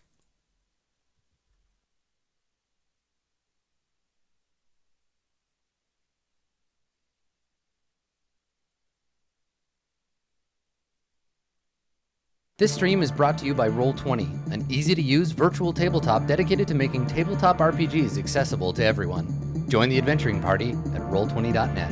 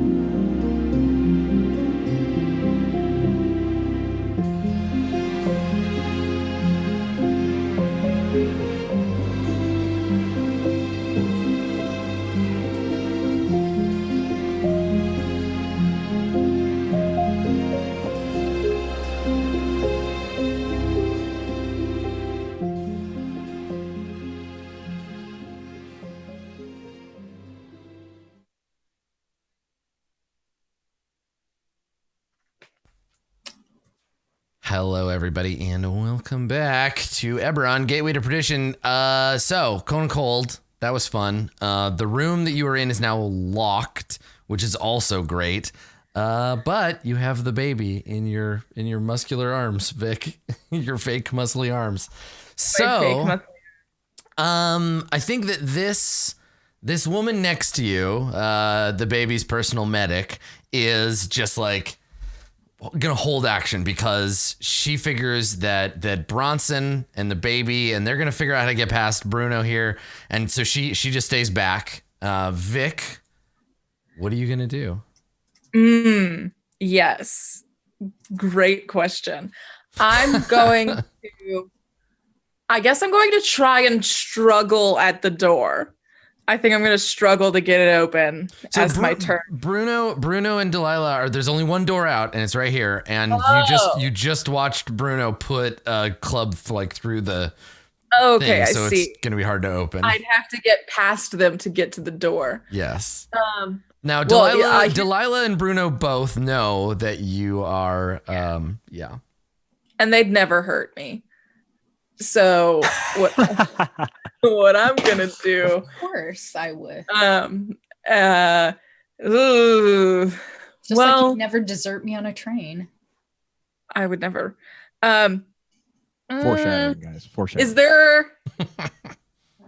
So where we are? Is there like a giant window behind us? So the map. Clean the room a little bit. Yeah, the map doesn't have, and I want to see if it just doesn't have any windows anywhere on the whole building, which doesn't make. I mean, it's a nightclub, so yeah, I don't know. I thought that there was something about balconies. I just don't remember very well. I hallucinated somebody saying something about a balcony. Yeah, I don't think there's nothing on the map, but that doesn't necessarily mean anything. There may well be one. Let's just we'll roll a d6. Let's say there's a 50-50 chance that there is a window. Roll a d6 for me, Vic. If you get a 1, a 2, or a 3, then yeah, there's like a window and a little balcony. We can have it added to the. Oh, I should put a little slash in there. Yeah, I should do the job. Right. A 1. Okay. All right. So yeah, let me just draw. There is a window like here, basically, behind the stools. It's closed, but the curtains are open, and I think you can see the neon from the sign outside, kind of glowing through the window. Okay. Well, I'm gonna eat that baby out the window. I mean, you could jump through the window. You could break it with your body. Eat that baby. Or, yeah, you could be like, this baby empty, and just wing him out the window into the street. I'm going to... The fall probably will not kill him. You're only like 30 feet up. Throw him up. No, the real way to do this, obviously, Delilah, is to go outside, jump up in the air as hard as you can, and then throw him down at the ground. Yeah, just spike the baby. Body slam. The baby's on you. Just body slam the ground. Suplex the baby off the balcony. It's a grown person we're talking about here. His name is the baby, but it's a grown adult, so it's okay to suplex him. Yeah, so what do you want to do? What do you want to do, Vic? You see Rook lying on the ground, maybe dead. Drop kick that baby. You know, Delilah, if you had brought your baby launcher, then this wouldn't be a problem. But you're right. This is my fault. I'm going to hold my action for. I think. Let's do Eldritch Blast. I'm going to take out my. I think I'm going to like use my shoulder or something to like break open the window. On my turn, and I'm just like muttering, just like incessant panicked henchman phrases to the baby. But I want to be like pointlessly useless. Like I want to be useless on purpose. So I'm just gonna like try and open the window, and be like, we've gotta go. And just trying to. Okay. But just waiting for them to get this mage. How hard is it to kill one mage? So you carry the baby over to the window, and you're like trying to get it open. The mage shouts at you. She's like, "Get out of the way, idiot!" Because you're like walking into the crossfire. Am I? Yeah. Yes. Well, But if you want to, you can walk over and open the window with your elbow, right? You've got the baby, and he's got his arms around your neck, and he smells like whiskey and cigars, and you've got your arm underneath him, and you open the window with your elbow, and yeah, there's like rain and wind, right? Like blowing into the room. The mage's cloak is like flapping around. And on your next turn, you could step out onto the balcony with the baby in arms. Right. And I think your boss, right? I think Mr. Myson is like, what are you doing? Why are we going outside? I hate heights. You can't. And he's just like, be careful, don't drop me. As you're getting ready to go. So Delilah, it is your turn. Rook is lying on the ground now. I want to check in with my teammates real quick and make sure they're okay with that thing that I said I was going to do. Yeah. Yes. Okay. Delilah is having just such a stressful night, and they had set the whiskey glass down, but now they pick up that very warm whiskey glass, and they take a sip, like a very delicate sip. And when they're done, they have left a lipstick mark on this whiskey glass. Mm-hmm. And they just sort of look at the other mage as like, well, down goes baby. And then takes the glass and shatters it against the ground, casting shatter on the floor. Okay. And where is the area of effect of this shatter spell going to occur? Not centered on me, as like I should say not. Of as much of like the people that I can get. I know that it's a 10-foot radius. So it's four squares, right? It's 2 by 2, I think. Let me draw. I'll draw a little shatter box for you, and we can figure out where we want to put it. If I could have before doing that, have moved close enough to get. Oh yeah. You can move before you cast a spell. So I want to get as many of my teammates in the radius as possible. Okay. So specifically Rook and Vic. Okay. Yeah, that is fine. So like here would get both of them. Yeah, that's fine. Bruno is of sound mind and body, can jump down the hole if they are so inclined. Sure. Yeah, good. So this is a diameter. Sorry, yeah. If it's radius, it's that big. I'm sorry, not radius. Is it radius or diameter? Let me click it again. Okay, yeah, sorry. Let me take a No, you're fine. That's my fault. It says a range of 60 feet. Let's see. I got shatter here. Within 10-foot radius sphere. Yeah. So radius is like that. That's 4. Yeah, 4 by 4, right? Okay, that's cool. Because it's 10 out from the middle. Okay, all right. So yeah, you can hit. I mean, you could hit like all of you together, but this is also gonna be fine. Okay. All right. So you're gonna cast shatter, which will as you expected. Floor specifically. Yeah, it's gonna destroy. It'll blow a hole in the floor. It'll blow that window out. It'll affect all 4 of the characters that get hit, obviously. And then let me look what's on the first floor. You are above the fountain. You're above the vestibule, it looks like. So that poor Kochak girl is also going to probably get hit by falling debris, but she touched my fur. It's fine. Oh, well. I told her not to put her hands on it. Okay. So let's make some saving throws here. I'm gonna roll for the mage. What's the DC on your shatter resist? God, I think it's like a 14. Let me click it and hopefully. And this is Dex. It's Constitution. Yeah. Oh gosh. Okay. Let me look. Cast at level 3, obviously. Submit. DC 14. 14? Okay. All right. So the baby succeeds. The mage does not. Yeah, Rook, you just take some failed death saves. And you're blown free. He's fine. Okay.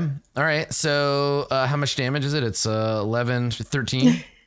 Yeah. Okay. All right. 13. And the baby takes another 12. He succeeded. So it's 6. But the thing is, yeah, you cast it on the floor. So the floor breaks and then everybody falls. But I think you're also knocked away too. So like, you tell me. So Rook, I think your body is blown out the window and like into the street. Like it just, cause it blows outwards, right? And so you smash through the window. We see Rook's unconscious body fly out the window and like land smoking in the street somewhere. Vic, I'm gonna leave it up to you. You can jump with the explosion and like follow it out onto the street like your friend Rook. Or you can try to turn away from the explosion and then fall down into the vestibule. Let's go out into the street for a public execution. Let's do that. Yes. Okay. All right. So you're gonna let the shatter carry you out onto the balcony and then down into the street. I'm taking how much damage? Well, so did you got your save? So the thunder damage is halved. 7. So you take 6, right? I can do math. And then, if you just like leap through the window, because you were waiting, right? You have the baby in your arms. You leap through the window, big explosion, glass flies everywhere. Can you make an acrobatics check? I clicked it. It's taking us. Oh, an 18. Okay, all right. All right. So you managed to. You're gonna still take some damage from falling, but I think you end up landing down here on the street in front of these two guys. So you land like and you roll and you have like the baby in your arms. You're gonna take a little bit more damage from the fall, but you are outside in the street in front of the nightclub now. And if you look up, the wall and the window are shattered. There's no smoke or fire or anything, but there's like chunks of glass and like bits of paper and furniture like drifting down onto the ground. And then you see several feet away, like on the other side of the street, lying face down in the gutter, Rook's body all like twisted up and like laying over there. I feel super bad because every single time I have sacrificed party members, it's always been Rook. All right. The baby, I think, had a 17, maybe? Yeah, baby had 17. Okay. So you land out in the street down here. This lady, she's going to fall. Let's see. They might kill her. Almost. So she lands in the vestibule downstairs. Okay. So she lands down here. She's prone. She's got like 1 hit point left. Did the band stop? Yes. Now everything is chaos, right? Like that's an explosion. It literally was like a bomb going off in the boss's office, right? So this we did it, guys. This is a big hole here. Now that you can jump down. Or fall down, and the baby went out the window with Vic and the bathwater, guys. That's right. Okay, all right. So Delilah, that was your action. You want to move, or the only person left in the room that isn't on your team is this medic over here, and she puts her hands up like, I don't want any part of this shit. Like I'm done. What do you want to do, Delilah? Okay, and there's like no more guards or anything. I think Delilah will turn to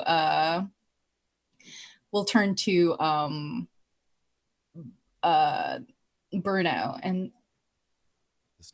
the door. Yeah. I was gonna say the door blows open, but you barred it. So now it's just kind of like awkwardly bent and like hanging in its frame. We're gonna take the stairs. Yeah, okay. All right. So big explosion. You have to wait for so you're gonna wait for Bruno to open the door. You can do it yourself. Unless there's a like a fire escape or something. Could you jump out the window and prevent me from making a lot of death saves? I would ask that as a just requests for having so fun here's with my body. This is what we're the gonna problem. do. We haven't had anybody like making death saves. For the purposes of this mini series, you're just unconscious. Like the only way you're gonna die is if they abandon you, and then that's it. Like you're dead in the gutter. But we're just gonna put you at unconscious if you lose all your hit points, and then the only way to like everyone has to choose for you I'm to at be negative dead. 18 right now. The reason I don't jump out the window is because I have You'll 4 die. hit points. Yes, you will also. Oh, There's a good chance you will die if you jump out the window. Yeah, I'm the only healer and I have 4 hit points. So Never mind. sorry. It's okay. Okay. Now that I understand the rules, please. Yeah, we're Okay. gonna take the stairs. Yeah. So do you want to open the door and you can take a move from there? Because it's Oh, not like Am I it's strong enough? it's jammed, but it's not like Oh. it's not like you have to worry about that. Do I hear anybody on the other side? I know a perception check would be like a whole thing, but like Make a perception check at disadvantage because most of what you can hear is yeah, my tinnitus. It's just a bomb went off Delilah 10 feet away from you. Delilah and Bruno are just standing there like, "Meh." Yeah, what? We have to get out of here. What? Okay, you don't hear anything on That's the other fine. side of the door. You That's listen, fine, yeah. and there's someone on the other side of the door just going into your ear. So you don't hear anything. Yeah, I'll open up the door and I guess we're taking the stairs. Okay, so you're gonna pop the door open there. Okay, so you take the baton out of the door, and then you can move if you want to.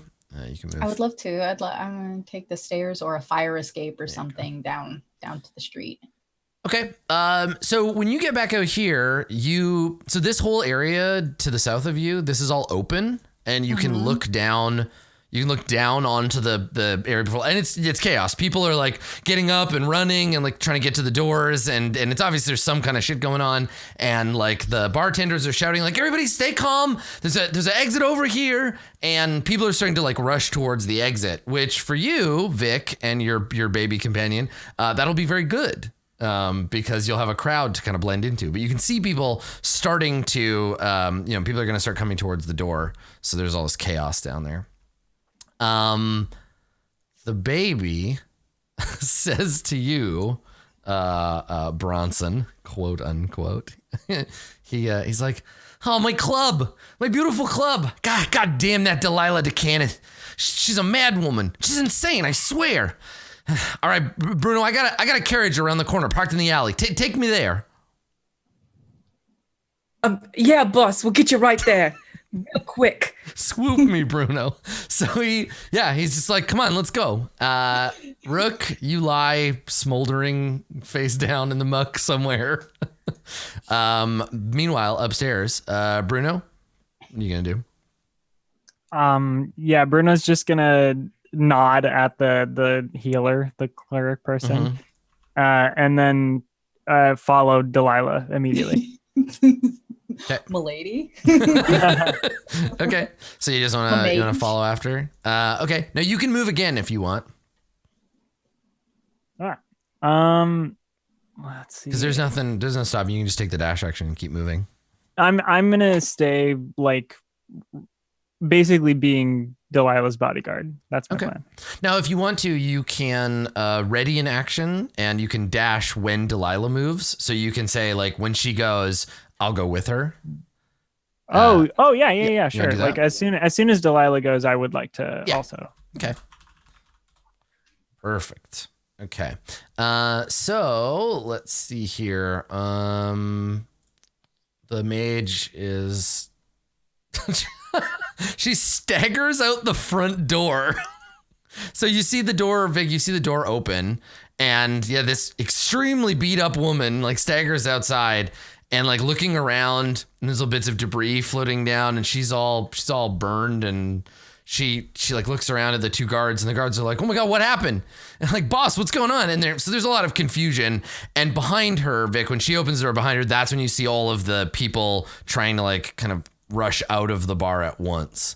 So people kind of coming towards, a big crowd coming towards the door down here. The priest is out. She just stands here until everybody leaves the bar. Delilah, it is your turn. Are Are there? So I assume there aren't any reinforcements running upstairs, right? There isn't anyone you can see. There isn't anyone you can see right now. Okay. Yeah. Delilah will.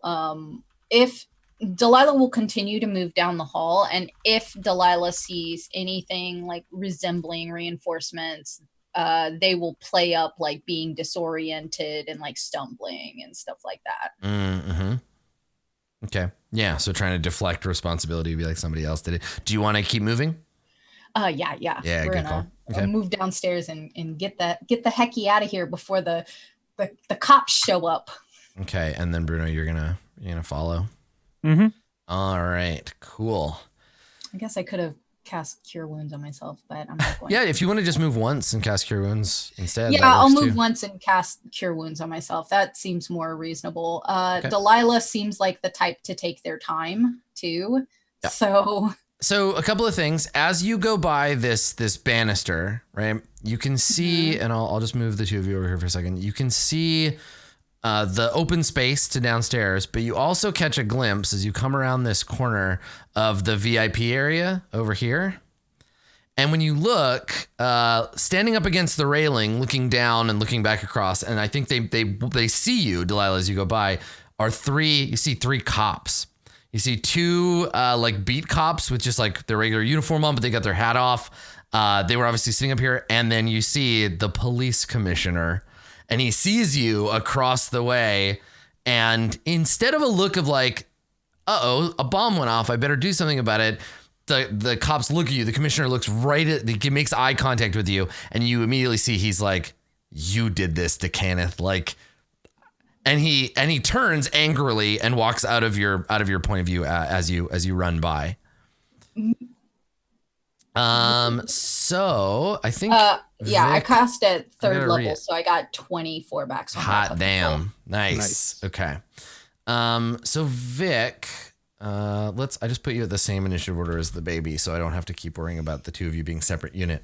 Vic, what are you gonna do? We're the same now. The baby is like, I got this car. I got a car in the alley. You gotta get me there. And there are other there's other yes men of the around. Yeah. That makes this hard, don't it? Yes. Well. All right. I guess I start going toward the alley. Yeah. But in the most like trying to like wade directly through the crowd. I'd like to try and get as scrambled as possible. Okay. If that's at all possible. So you want to go in and sort of blend in with the crowd, or do you want to leave? Yes. Like, because you could wait until the crowd comes out and kind of like blend in with outside them. Yeah, they're on their way to the door. Okay. Well, I start going towards the cart, but not at my full speed. Okay. I pretend that I now have a limp from getting out of from jumping out the window. I pretend I'm grievously injured. And I'm just like muttering about like how there's, boss, we're getting word that there were so many people on the inside. It's an inside job. We can't trust anyone. We can't. And like, as I start talking, I also, I just start muttering to myself, and with part of that muttering and hopefully just like in the crowd and the blast, it's still going to be kind of obvious that it's me, but I'd like to maybe get a turn out of it. I'm going to cast Toll the Dead. Uh-huh. And so just like bells start ringing in the baby's head. And I hope that this is just like a buck wild out of body experience. I need them to roll, I'll just throw this in chat, a wisdom saving throw. Okay. All right. So the idea here is that you want it to seem like the baby just doesn't feel so good, like the fall hurt worse than he thought. You're trying to hide the fact that you're casting a spell. Yeah. With all the chaos. Okay. I think there's a chance. I mean, the thing is, he's small enough and you're carrying him that if you want to try to like suffocate him or like get him in a chokehold or whatever, you could try and no one would probably notice if you succeed, right? Break his little baby neck. And if you just like, because they look at you, right? The guards look at you like, oh, Bronson's got it. We're gonna go inside because the mage that fell from the ceiling is like, Delilah DeCaneth is in there and she's going buck wild, right? She's the one that blew up the office. We got to go get her. So these guards aren't looking at you. So if you want to just try to like fucking strangle this dude, you certainly could. No one's gonna be around to see it, right? They go inside. Yeah, then I guess we'll do that. But like, yeah, whatever the form of like magic strangulation is, because I'm sure it can be both. Yeah, like Yeah. It doesn't. I think this guy's he's pretty helpless to you. I think once he realizes something is going wrong, right? When you're like, come on, boss, we're gonna get over here, and he's like, Bronson, you're holding me a little tight there, buddy. I can't really breathe, Bronson. Right, until he realizes like something's wrong, and then he's gonna fight. He's gonna struggle. So if you can manage to hold on to him, if you can keep him from getting free, then you can just choke him out. That's why you gotta give that baby Benadryl. He's also in a baby Bjorn, so getting out is a complicated affair. That's why he's got a little leash on him. So you can roll athletics or acrobatics, whichever. And I'm gonna roll. I was hoping to do magic because I'm not strong, but let's do it. Well, so yeah. So I mean, this is the thing. Like, if he physically, because he's gonna get a chance when he realizes something is wrong. Like you're casting a spell or you're just whatever. He's gonna try to break free. He's like, wait a second, you're like, let me go, and he tries to get free, and then we'll see what happens from there. Yeah, I'm gonna have to make this roll no matter what. So here we go. Exactly. Get him. Okay. TK, acrobatics or athletics in your heart? They're the same. Number to beat is 15. Athletics. Athletics. Okay. Yes. Are they both the same mod? Yeah, they are. Do it. Oh, it's 12? Okay. All right. So he breaks free. He realizes something's wrong, and he squirms out of your arms and tumbles to the ground, where he gets up and he looks around. There's nobody around to help him, and he sees you, and he makes a face. He's like, wait a second. You're not Bronson. And he gets his fists up and he's like, it doesn't matter who you are, I can still take you. And he like kind of starts doing the like, all right, we're gonna do this. And he's like, you can see he's a little punch drunk, right, because of the explosion. But yeah, he's ready to fight you. So let's see. Upstairs, Bruno and Delilah, before you continue down the hall, this door over here opens, and a couple of goons come out into the room. Now they just have clubs; they don't have like missile weapons or anything. But they see you. They come around the corner and they're like, "Hey, you!" And they see you around the corner. But you can stay and fight. You can run. Whatever's it's up to you. What do you want to do? It's Bruno's turn technically, but we're kind of out of the turn order anyway. That's fine.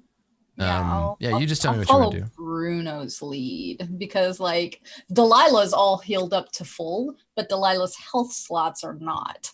Yeah. Or your spells, yeah. Yeah. So Delilah is just kind of hanging out, like, will subtly move behind Bruno. Say, there was just the most awful explosion. Oh, so you want to like trick them, because they don't. This is the thing. You're using this lack of like communication to your advantage, because they don't know that it was you. The ones outside do, because the mage fell through the floor, but these ones don't. Okay, yeah. Yeah. Delilah's ready to like stumble around and like grab their ear and. Yeah, you want to make a deception check. You can get help. Okay, if Bruno contributes to the story, you can have advantage. Yeah. Because I only have +4. Not like not a high roller like Vic. Yeah, I would super love to contribute. I don't know if it'll give you advantage, but here's what Bruno says. Oh yeah, no, it blew my head hurts.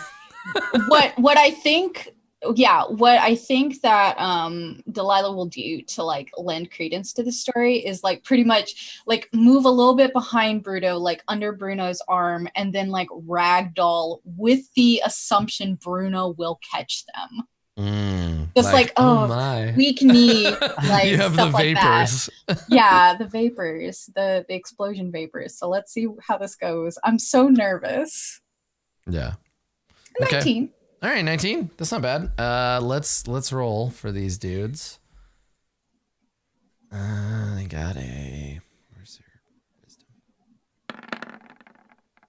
There was only one chance I could beat you, and that's not it. Okay, so they say to you, Bruno, they're like, get her somewhere safe. Get downstairs. We're gonna go check it out. And they turn and they go to see the situation, right? So you have at least until they talk to the priest, who is like, no, it was them. Get back out there. So yeah, you wanna run for it? Yeah, let's just book it. Okay. Yeah, all right. So let's get downstairs here with the baby and Vic. So Vic, you're squared off against the baby. You tell me what you want to do. The baby is gonna try to fight you unless you have another plan. You have some way of getting away. I pull out my gun, which is my like packed weapon, even though I don't technically have a packed weapon, but it's a cool warlock gun. I can do what I want. That's right. I'm going to Eldritch Blast the baby because I just took Repelling Blast and I can shoot the baby 10 feet. Yes. Yeet the baby. Get away. I'm gonna Eldritch Blast the baby. All right. Send him next to my corpse. Yeah, do it. 19. Oh, ooh, yes. Nice. Okay. All right. So roll your damage. Yeah. 1 that shouldn't be right. You're level 5, right? Doesn't Eldritch Blast scale at level 5? Let me see. I don't know. I would really like it to. I'm surprised that's not like a bright red one, yeah. right? Because shouldn't that be the case? Yeah. I mean, you did roll a 1 on that D10. I did. It's it's two beams at level 5, so you get to make another attack. Another attack. Yeah. That one's a 15. That is a the baby doesn't have his armor on. Let me check and see if he. Oh yeah, no, that hits. Yep. Cool. And 10. Okay. That's better. Right. Now, since it's 2 attacks, is it each attack you can push the baby 10 feet, or? Oh my gosh, I have no idea. Let me see. What is the ability called? Repelling Blast. When you hit a creature with an Eldritch Blast, you push 10 feet away from you in a straight line. So the first shot slams him against the wall. And I guess if you want, you could lift him up 10 feet, like 5 feet, because he can't go any further away from you. So if you move him with both hits, he's now 15 feet up in the air, up against the wall. So you Eldritch Blast him against the wall, yank him up in the air, and then the Eldritch Blast ends and he tumbles to the ground. So he's gonna take another D6. Yes, that. Okay, all right. So yeah, he's like on his feet, but you've just slammed him into the wall and thrown him around. And he looks up at you and he's like, "That ain't fair. Fight fair. Come on. None of that magic stuff. Let's go. Come on." And he like puts his hands up, like, and he's clearly like still thinks he can take you. Which we'll see when it's his turn. Why would I ever fight fair when I have the option not to? Yeah, right. So I have a gun. He gets up and he comes at you. And I think as he does, he pulls out a long knife, and like lunges at you with it. So let's see if he hits. Unfortunately, he's fighting alone, so he won't get his sneak attack bonus. He gets a 23. Yeah, I guess I'd do it, huh? He hits you for 7. Right. Okay. And then takes another swing and misses. Oh, but not. Oh yeah. No, that's a 12. That 12 do hits. that. Oh, that's right, because you're that not do very that. well armored. Okay, so for another 9. Oh, okay. All right. So, no, thank you. You two are running. You're gonna book it, right? You're gonna head downstairs, and then what's the plan once you get down there? Are you gonna go out the back exit, or you want to try to get to the front? Let me drag you down to the bottom of the stairs here. I do want to get to Rook. Okay. So here's the thing. I'm truly not going anywhere. You guys. So you come around the corner, and yeah, there's basically two options from here, right? So you can either go right and ditch out the back entrance and get into the alley and get out of here, or you can go past that into the main room where all the chaos is happening, where everybody's trying to get out? I think I'd like to go into the main room personally. How are you feeling? You know what? I'm feeling pretty spry after that cure wounds. Let's do it. Let's shoot the place up.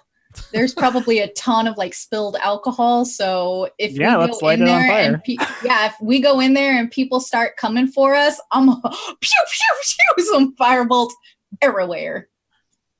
Mhm. Nobody ever lets me set anything on fire. I'm really happy that you Liar. You are such a liar. You set things on fire all the time. William, people have been trying to bully you lately, and I just want you to know I'm your only friend. And Do not letting trust me them. set 1 or 2 fires for the first time ever. So back outside, and I love that the baby has this entire security apparatus. They all think that he's like in his office, but he's outside in the street around the corner fist fighting somebody. I guess he's got a sword now. So Vic, what do you want to do? He's coming at you with the sword. I just want to say it'd be really convenient if you just kind of died real quick. Just die real quick. Then I cast Toll the Dead this time. We're going for it. Okay. And the baby needs to make, come on, roll 20, a wisdom saving throw. Okay. Or is going to take 1d12 necrotic This is damage. wrong. This should be. There we go. Okay. Wisdom save. I got a 9. That's not going to do it. Okay. Another 6 damage Okay. as Vic is just kind of like trying to noodle their way around. You're both on the ropes here for sure. So okay, all right. So you do that. The two of you are locked in combat.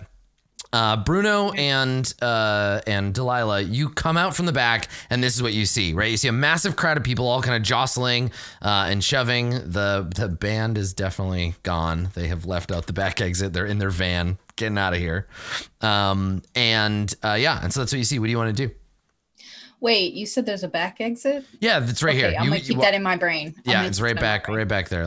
I'll crack the door for you. So you remember. Yeah. That's already there. Good. Yeah, this leads to the exit out into the alley. Yep. If we're coming back out into the common room, Delilah is going to allow Bruno to remain in front of them, but have their little firebolt pistols ready. Yeah, it occurs to you that when you come out, there are these big, lush, like red curtains hanging down at the back of the stage.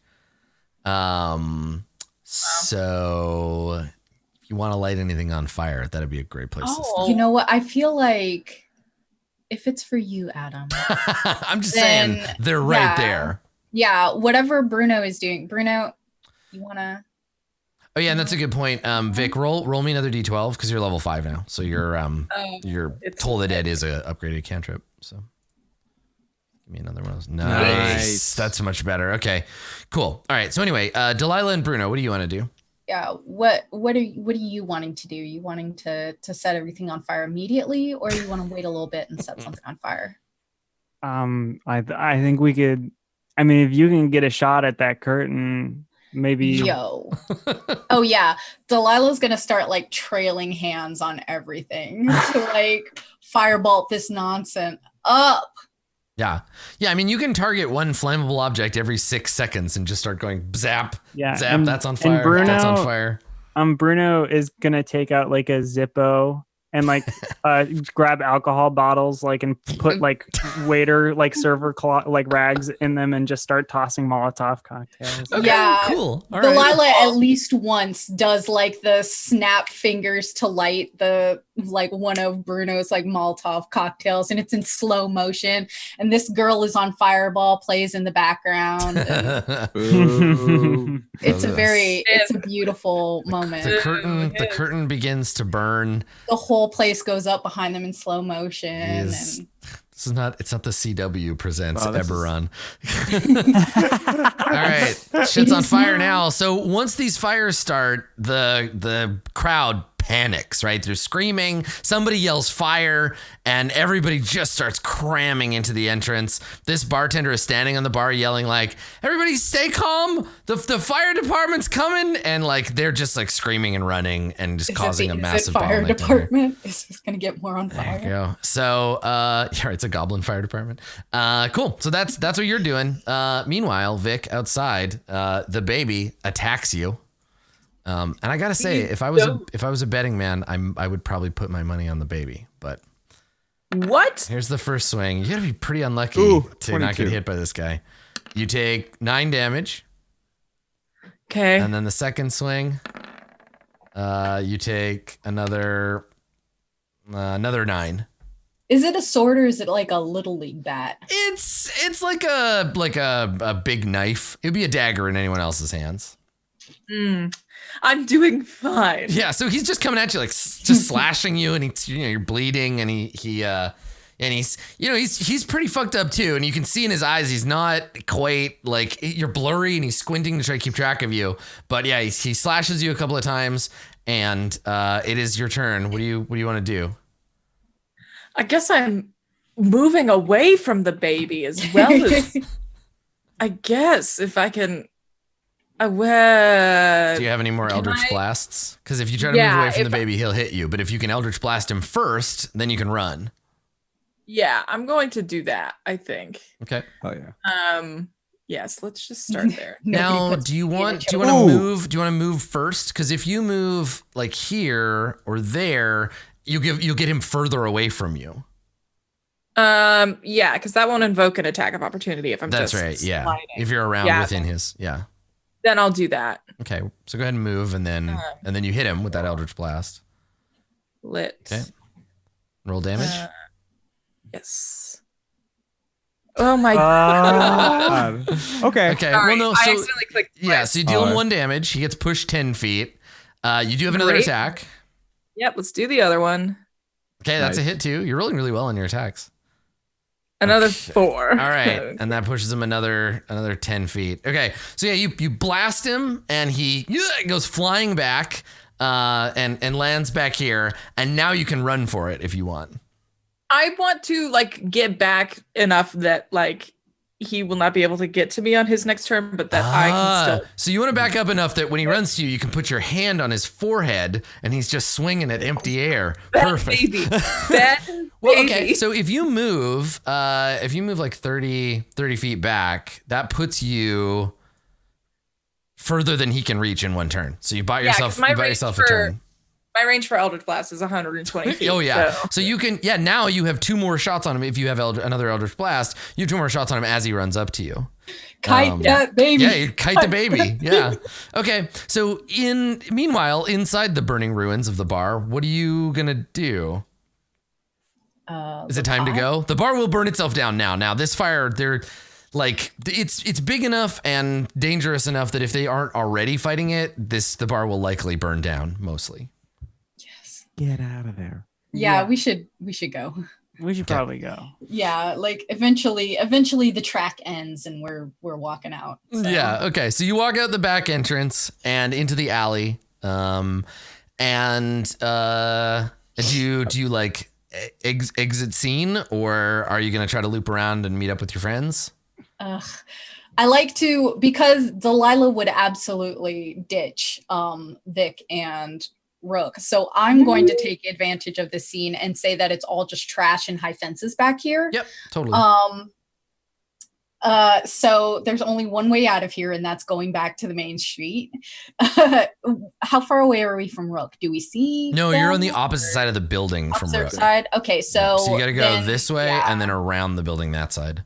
We gotta get back to the main street, so that I assume that's what we're yeah, you want to do that? Unless Bruno wants to. No, Bruno wouldn't leave Rook behind. Okay. Yeah, you're right. Or Vic. Oh my god.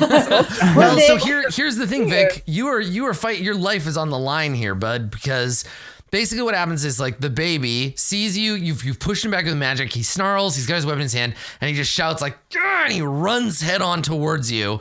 And he's gonna end up here at the end of his turn. But as he's running towards him, you've got a chance to hit him again. So do you want to? It's gonna come down to whether or not I can actually land, and everyone knows.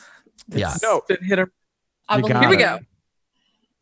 First one. Nice. Oh, yeah. Okay, roll damage. 4. He's dead. Whoa. You killed him. You've killed the baby. Oh, yeah.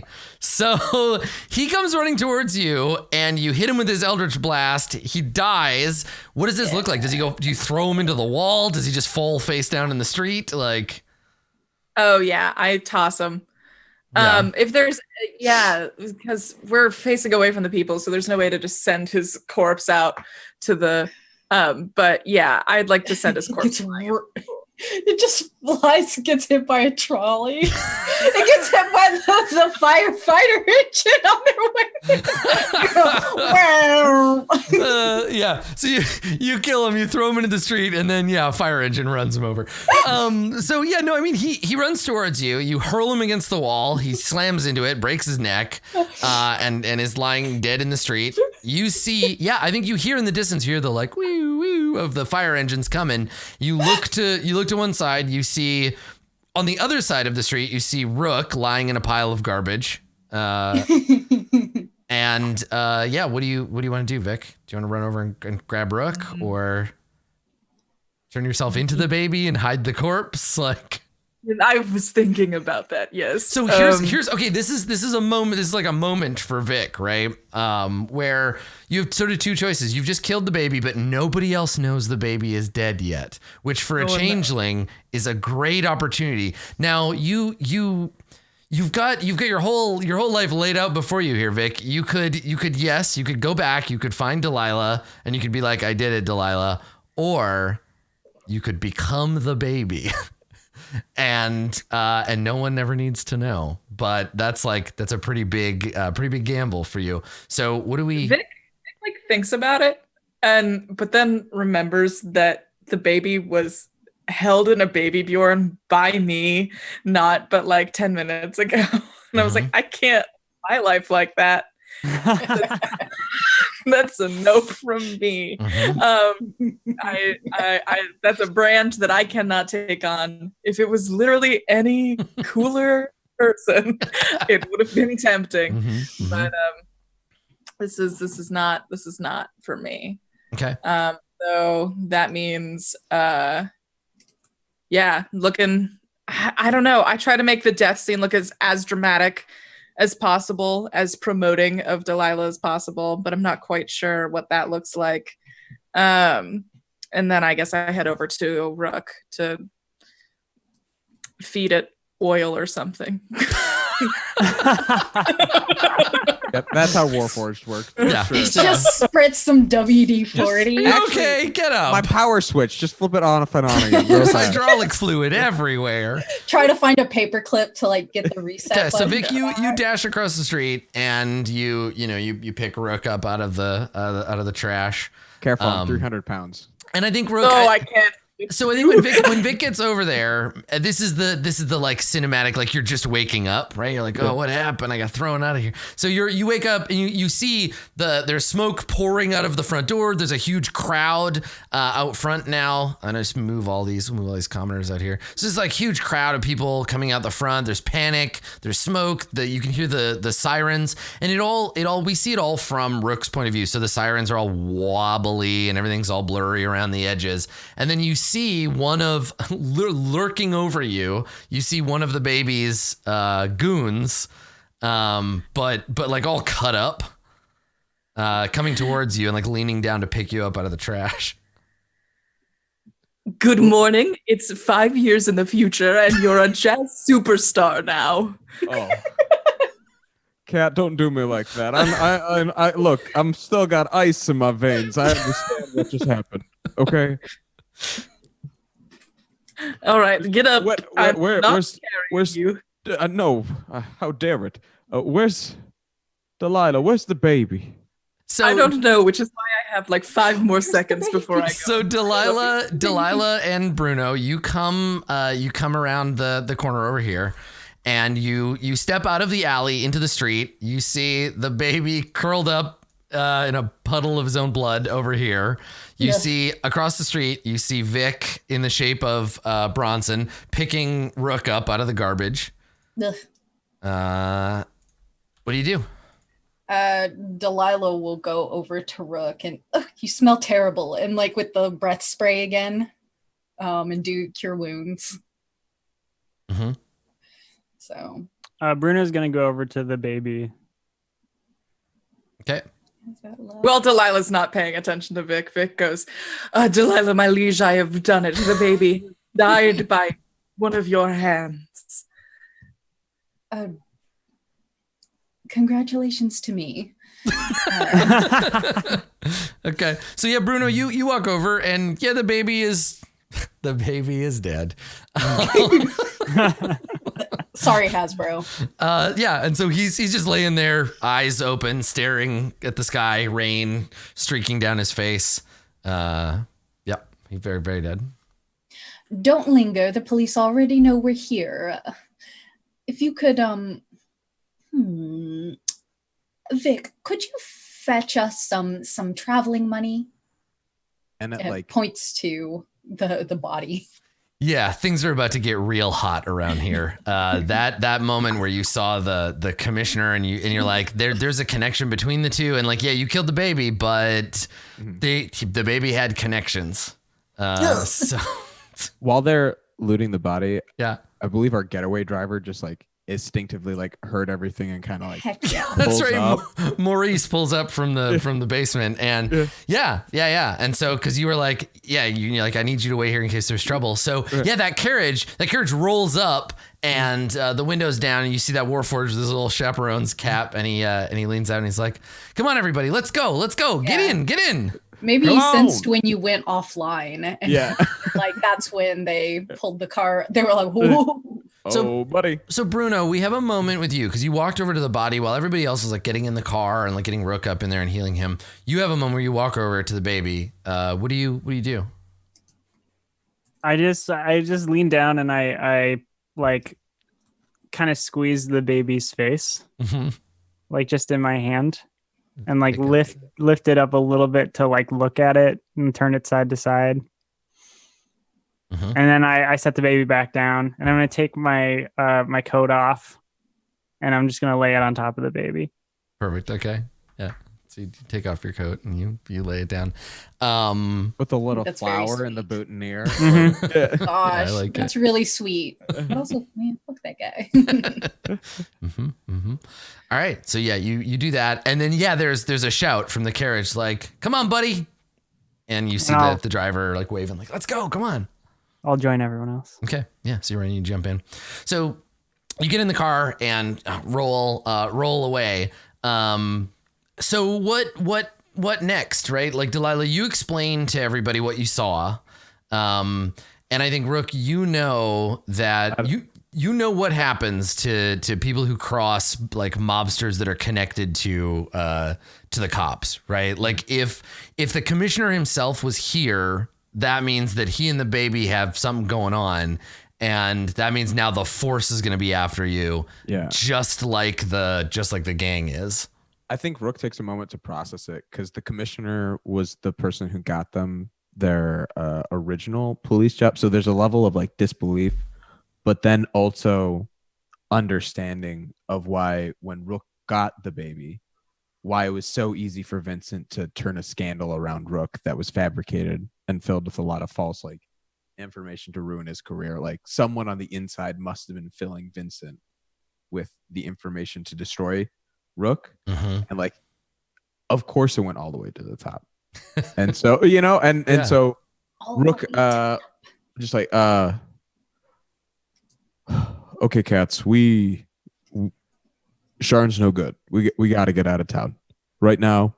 If the entire police, we can't take on the police force. Sharn isn't ready for us, and we're not ready for it. Yeah, we can't take on the police force yet. Well, I could just, maybe like assimilate in a body of a lower force police person, just kind of work my way up and maybe just kind of. That's a 10-year wait. You gotta be the commissioner or something. If we were gonna do anything, it would be taking out the commissioner and having you jump in the spot. I mean, I wouldn't say no. That's for sure. But as always, I defer to Delilah's enlightened guidance. And Delilah will sort of flick the cigarette out the window because, of course, they've started smoking again. And they're just take another drag like, well, I could use some vacation in the country for a little bit. But then, of course, the future is ours. Something to plan on our trip there. For now, let's just enjoy the ride. I take it it's been a while since you probably could really stretch your legs, huh, kiddo? You have no idea. Cool. So I think at that, we fade to, and there's probably a series of scenes of like the group of you narrowly avoiding police at the train station. Right. We see a group of officers like interrogating people, and you've just slipped past, like you have just a bit of a head start on them, where you're able to get on a train, and the train is like leaving as the cops are investigating. And what you don't see, but we see, is that at the last minute, one of the conductors, like somebody who like stamped your ticket, is looking at a piece of paper with like Delilah's face on it, and he nods and he points like they're on that train. And so a bunch of cops like run, and we see them jump on the back of the train. And then we crossfade to, of course, the aftermath of that train battle. And so you are sometime later, somewhere between Sharn and the next stop in the line. Everybody has had a chance on the train before you got ambushed by the cops. You had a chance to take a short rest. So let's just do it that way. So go ahead and make a like roll any hit dice you want to roll. Any abilities you get back from a short rest, you have those. And then we will cut to the train car. Let me grab the commissioner. I don't think. Yeah, get those hit points. Be less dead. Yeah, I'm all healed up anyway, but I don't think I get any spells back from a short rest. Oh, I heal all the way up. Nice. Do some math. 4 plus. And I get my whole 2 spell slots back. Yeah, y'all are in luck. I can't cast Shatter again, so. Plus 10 is 30. Okay. Yo. What would even happen? You're in luck. I can't cast Shatter again. Nice. You wouldn't want to do that on a train. Okay. All right. So I can do what I want. For some reason, the commissioner is huge. There we go. So I was gonna say. So yeah, we see you getting on the train. We get a couple of shots of like you on the train, maybe like Vic nervously looking out the window, looking back at Sharn as it disappears. Rook coming back to the car you're hiding in with a bunch of like coffee for everybody. And then, of course, we know what happens. You're confronted by the police who are able to jump on the train. You get rid of them. We have the commissioner. We see him personally walk out into the train car. And what was it that he said? Let me see if I can find my notes here. So yeah, as the last cop hits the floor, the train rattles on as if nothing had ever happened. Barreling ahead at full speed into unknown territories, the choices you've made along the way, meaningless as the cold steel rails below you. Before you have a chance to regret those choices, in walks the commissioner, his face a mask of barely contained rage. We realize now that he's talking to Rook when he says, "Looks like this is the end of the line. I'm sorry it came to this, kid. I had high hopes for you, but you had to stick your nose in where it didn't belong. This train's going to pull into Rote, and you're not going to be on it." And we see him reaching for his gun. Mm-hmm. What does everybody do? I rush him. Yeah, you're just like, you thought wrong, Commissioner. Right. Nice. Okay. All right. So let me clear the turn order, and then let's see if the party can take out the police commissioner. And of course, it's D&D, so he's not just like a bureaucrat. He's like a tough guy. Wow. With got a Good. 1 + 4. Perfect. Nice 5. Perfect. Nice 5. Okay, so let me roll his initiative. I got a 21. Very fun. Solidly double digit or single digits. It's at least I'm consistent. Yeah. I think this just goes like the expectation of the henchman going first. Constant. I have my gun from the last train fight, right? Yeah, I mean, continuity is like out the window, so I know. I'm just saying. Yes. Yeah. You don't have to expend another spell slot. You still have your force ballista. Yeah. Okay. Totally. That makes sense. That's all I want. That's one. Yeah, my tiny Derringer. Yeah. Honestly, if I could afford to pay somebody to do continuity like reminders for me during my tabletop RPG shows, that shit would be the best. Like if I could just have someone in my ear that's like, all right, Adam, the name of this NPC is such and such. Last time we saw them was this. This is how many hit points they have. That'd be so good. I use a ton of spreadsheets for this. Yeah, right. It's sad. Okay, and you got a 14, Bruno. All right. So, well, the commissioner, he sees Rook kind of like consign himself to like, it's going to be violence. And so he comes around this corner, right? He pulls out his wand, comes around the corner, presses his shoulder to the wall, and then points it and fires, and a bolt of lightning leaps from his wand and flies here and bounces and shatters this window. All three of you need to make dexterity saving throws as the channel of lightning leaps forward from his wand. Dumbledore, please. Yeah, he's gonna Wingardium Leviosa you right out the room. I got a 14, but I also, can I use Uncanny Dodge on this? Yeah. And Uncanny Dodge, what does it do? It's like half nothing if you make the save. Oh, just half whatever damage you take. Okay. I believe yes. At least this is what it says here. Yeah. The save is 14. Which I didn't. I got. No, you're fine. I want to say Uncanny Dodge. If you would have taken on a save and you do save, then you don't take any damage. Yeah, there's two abilities that sound the same. Anyway, so here's the damage. If you fail the save, you take 20. If you make the save, you get 10. Oh my gosh. So Rook, you would take 20 from this, but I think you only take half anyway. Uncanny Dodge is a different thing. Let me look. Is the DC 14? Would I have to gotten a 15? You need it's evasion. Thank you, DC Chad. 15. Evasion is what I'm thinking. Yeah, is what we're thinking of. Thank you, so Chad. this isn't an attack. So no, Rook, you do take the full 20. Yeah. Cool. Perfect. Okay, so yeah, lightning bolt. It leaps from the wand, and in a second, it hits Delilah. Leaps from Delilah to Rook. Leaps from Rook to Bruno, hitting all three of you before jumping to hit this wall, bouncing off the wall, and shattering the window. So there's like howling outside. So he's done that, and I think he's just waiting for the wand starts to whine as it charges its electromagical battery to get ready for another shot. Bruno, you are the first to react after getting zorped by this lightning bolt. Yeah. Bruno's gonna just like immediately charge the commissioner. Yeah. Okay. Yeah. Okay, so that puts you there. Just run up and get at him. Yeah, and then I'm just gonna start pummeling the commissioner like into the wall here. Perfect. Good. Okay. Yeah. Go ahead and make your attacks.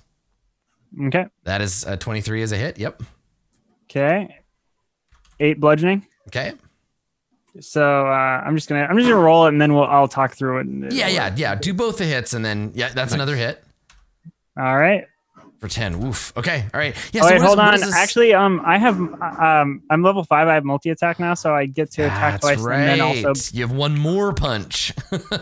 Oh yeah! Oh. Not only a crit, both dice are a crit. Very nice. Oh my good golly goodness. And I just envision this kind of as like, and I'll let you describe it. I envision sometimes these crits, this like 1-2 kind of thing, as like God, what's the name of that? The guy that directed the Watchmen movie. Alan Moore. Zack Snyder. Zack Yeah. Snyder. That kind of like fast, slow, like punch, and then slow-mo and then the hard hit. Yeah. And you know the sound design team is 100% working for Bruno in this bit, right? Because it's just like crunch and thump as you just lay into him. So what does that look like, Bruno? You come running up to him. So yeah, I mean, like it runs out. I think exactly like the Zack Snyder, like speeding up, slowing down kind of thing. So the first like punch, like Bruno comes in like they're gonna be doing like a high left hook like down, and then like actually swings up with the right, like hitting him in the gut. Yeah. And then like as he recoils like over from the gut hit, then an elbow comes down on the back of the head, and he just pulls the knuckle duster like down, like scraping it across the head on the back, and then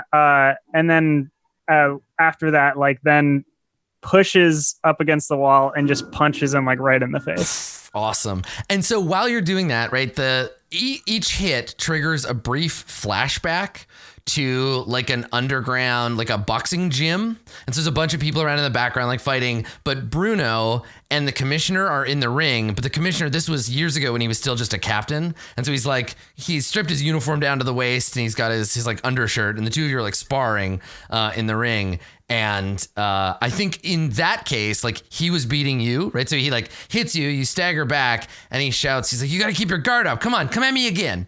And then we cut back, and then you punch him in the face, and like his head slams against the train wall. Vic, you can see all this happening from like peering out of the door up at the top here.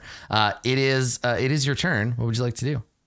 Yeah, I'm gonna come out and kind of like vault over this couch and spend my full movements sort of getting closer to the action. Okay. Can you make make an athletics or acrobatics check for me? I thought you would just maybe let me do it. DC 8 to vault over it. If you fail, you stop before. Here we go. Oh, hey, nice. So graceful. Yay! I'm so good at this now. Sail over the couch and land on the other side. Nice. And then I'm just going to I know this sounds familiar, but I'm going to now which of these windows are broken open? I should ask. There was a thunder wave earlier. I was reminded by my continuity team, so they're pretty much all busted, or at least mostly busted. It's probably a shorter list of which ones are intact. Yeah, at this point for sure. I don't have quite the angle right, but I'm trying to send this person out a window. Oh, yeah. If you Eldritch Blast, but you got to be here to do it. Yeah, I don't got it yet. I mean, you can move again if you want, and that'll end your turn here. You take the dash action? Sure, I do that. Yeah. Okay. Actually, no, I'll just move on my next turn, and then I'm just going to get an attack off because I don't trust this. I'm just going to... That makes sense. So move, attack this turn, move and attack again next turn. Okay, sure. We're going to do... Because he's taken damage, right? Yes. So we're going to do Toll the Dead. Okay. So he's going to need to make a wisdom saving throw. All right. I can do that. It beat a 15. I get a 18. Okay, well, you did it. Never mind. Yeah, beat that. Okay, all right. Delilah, it is your turn. What would you like to do? Here, let me clear these dead cops out of here. Get them off the floor. I just typed dead cops into the notes. So I'm really mad. Dang, Delilah's mad because that commissioner shot a lightning bolt. Is the commissioner being held down by Bruno? No, just pummels. Just punch. Pummeled? Yeah. Okay. He's got his arms up. He's got his wand in his hand. He's trying to protect himself. I think Delilah's gonna roll behind partial cover for a chair or a table or something again. Okay. And sort of like just shoot around the table just because it's like these are those like double sided like couches where they have like seats on one side and seats and you sit back to back with somebody. So if you go over the one you're on to this side and then duck down, you're fine. So like instead of shooting with the cannon, Delilah is going to I imagine that in order to make this thing shoot spells, there are like crossbow tips that Delilah has painted with the nail polish because like some of them are combustible or whatever. So this one is with the one for magic missile and like shoots magic missile from behind the table. Oh, cool. At the commissioner. Nice. So this is my last magic missile, y'all. Okay. I guess it does. I gotta read the so you get 3 missiles. So you deal 5 with the first one. Oh, so I hit it 3 times? Yeah, each missile, is 1d4 Sorry, plus I 1 never damage. play. I never play. Yeah, so throw 2 more out there. 3. Nice. Another 5. Wow. And another 5. Wow, are those all? Yep, those are all Consistent. perfect magic missiles. That's the most damage that spell can do. Now you have an ability that deals extra damage, but I'm not sure how it works on magic missile. Let me read the exact wording of it. So I'm thinking of arcane firearm. So let's see. When you cast an artificer spell through the spellcasting focus, right, through your arcane firearm, Do my roll a d8. You gain a bonus to one of the spell's damage rolls equal to the number rolled. Right. So just another d8 damage. Yeah. So roll another d8. So like earlier. Roll. Yeah. I just wasn't sure if it applied to each missile, but it's what you applied to one die as a bonus. There's just a kick. Yeah. One of these missiles is bigger than the others. Yeah. Okay. So the main missile hits, the other 2 hit. He staggers back. Obviously, he's being pummeled by both fists and spells. Rook, it is your turn.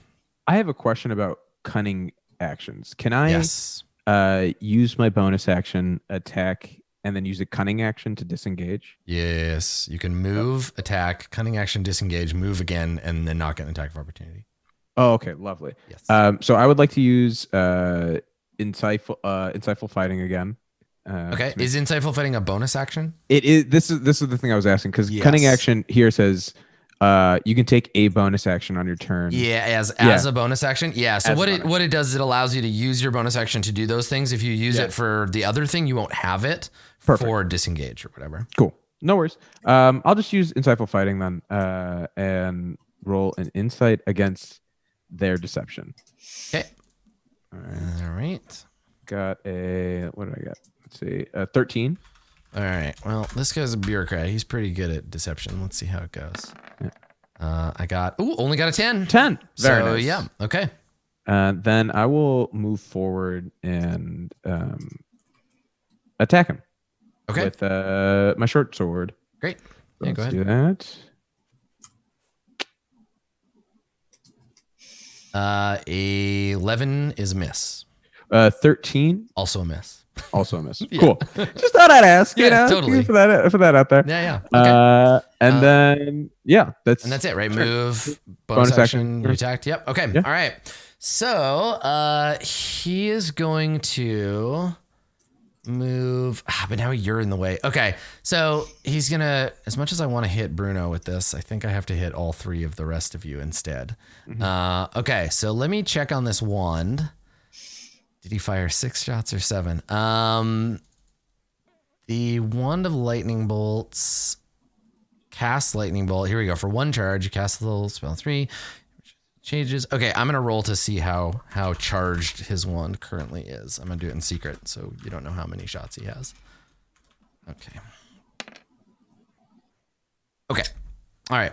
So he's gonna fire the wand of lightning bolts again. So dexterity save. Counterspell. I cast counterspell. Oh shit! Very dope. Awesome. Okay, so he's fired the wand. He gets punched a bunch of times. He snarls and he's like, "Don't be an idiot. Just let me finish this." And he takes the wand and he points it and it makes that kind of like flash bulb charging up noise, like whoop, and then he pulls the trigger and let's see if anything comes out. So yes. Yeah, what level are you casting it at? He's been casting it just at 3rd level. Then it's done. Okay, so nothing happens. He just goes. And so what does this look like? Do you like suck up the magic, or like you can describe this in whatever cool way you want, but this was it was a huge move. Yeah, I think like that trombone. Thank you. I think like I pull out my gun at the same time and it just gets absorbed into my gun, and I like static. I think all of Vic's hair like raises and like their eyes go that like a really dark gray. Yeah. Just very like Vic's made a terrifying pact that we're never going to learn anything about. Yeah. So for the first, like getting punched, getting stabbed, all of that stuff, getting shot at, like that's business as usual for the commissioner. But this time, like being powerless, right? Where he's just like, he pulls the trigger and nothing happens. there's a moment of like panic on his face, and he backs away. No, he's gonna stay here because otherwise Rourke would get to stab him. So Bruno, it's your turn. His gun does nothing, or did nothing in this case. Hell yeah! They're very satisfying. I'm not even gonna take a minute to. As soon as the wand was like going up to like actually do something, Bruno was like rearing back to like. I'm gonna grab the end of the arm that was holding out the wand, and then I want to punch up and break the elbow at the at the hinge. Yeah. Okay, attack. Knuckle duster. Ooh. Oof. Nope, you miss. Ouch. So yeah, maybe you lunge for it, and maybe there's like a residual charge in the wand. So when you go to grab it, you get shocked and like pull back. You still got your 2 other attacks though. So yeah, then I'm gonna come back in just to like a shot for the head. Ooh, miss. He ducks. Ooh. He ducks. Oh, you boy. Punch a hole straight in the door behind him. Oh my gosh. You got it. Then there we go. All right, so you punch, you pull back, you take another swing, you punch the door, yank your hand free, you get another attack, you get a crit, roll your damage. Nice. All right. I have asked you this before, but I will ask you again. Do you kill the police commissioner when you punch him? I do. Nice. What does that look like? So yeah, I've punched I miss. I got zapped by the thing. I punched the hole in the wall, and I like wrenched my fist out of it. And then, I think since I had my fist in the wall, we sort of like I maneuvered around the commissioner. So the last thing I'm gonna do is punch him through the window. Yeah, I figure if he goes out the window, that's a fairly appropriate cinematic ending for him. Okay, all right. Yeah, so I think it's like the scene from the beginning of Watchmen, right, where the comedian gets pushed out the window. I figure they're probably about the same like build and style. So you come around and you punch him right in the solar plexus. You feel it crack right under your fist. He goes flying back, hits the window, and in slow motion flies out the window. Glass shards fly everywhere, and then he's just gone. The train just flies by. Yes. As our boy disappears out here. Love the idea of Bruno Joe-starring this dude out of it. Boom! He just flies into space. So yeah, the commissioner and the last person who would know that to hunt you down, the guy who had a personal stake in it, goes hurling out the window, and is defeated. So what I think I want to do is there's this moment we're all standing here and there's wind blowing into the car, and the tension and the scene kind of fade out. And then I want to do little, like, let's do 4 before we do our shout outs. Let's do 4 quick, like what happens next for your character. Give me like a little epilogue scene for each character. So let's start with Delilah, because Delilah, you're kind of you're the mama spider at the center of this web of dangerous days. What do you do after this? Like, show us. I'll give you just GM yourself for this part. What happens to Delilah after? What do we see? I think that Delilah insists that they get like a little sort of, I don't know if they're like seaside cottages or whatever, and insists that they're like laying low. But after like 9 months, Delilah's got like a garden and like a little teapot, which is my favorite teapot in the world. And since you said I could GM it myself, I'm putting this teapot in here. Do it. Yeah. This teapot is in the shape of a flump, and whatever that you're in, it pours the tea that's most appropriate for it. It's my favorite magic item I've ever made. Do you go hang out at like a Decaneth, like a summer home or something that none of your family ever use anymore? Yeah, like it's like the Dagger River. Yeah, it's like an old country club that bought out at some point, and like Delilah like sits by the pool somewhere upstate New York where you can hide out. Essentially retires up there, and then I assume that like eventually Delilah leaves their house to buy some like oranges or something and gets flat.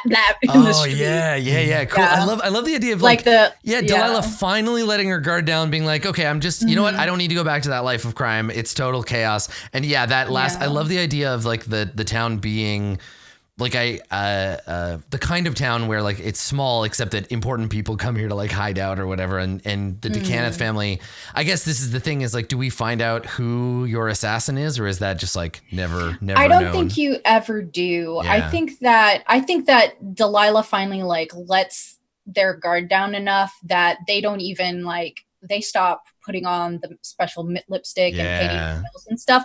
And I think at one point they went out for like flowers or oranges or something, told Vic not to do it for them. Right. Or maybe Vic doesn't even work for them anymore. Yeah, we'll see, right? But yeah, so Delilah's alone. I love the idea that the closing shot of Delilah's epilogue is like oranges like rolling across the street, and it's in black and white, but you can like, the toning is so good, you can tell, like you imagine the orange. Yeah, it's like very much like The Godfather, where Delilah, you know, grabs a couple flowers, passes the newspaper stand that they always pass, and everybody's like saying hi, and they're in like a little summer dress. Yeah. And then they like go over to a little cafe, grab like, you know, the baguette with a side of honey or something that was waiting for them.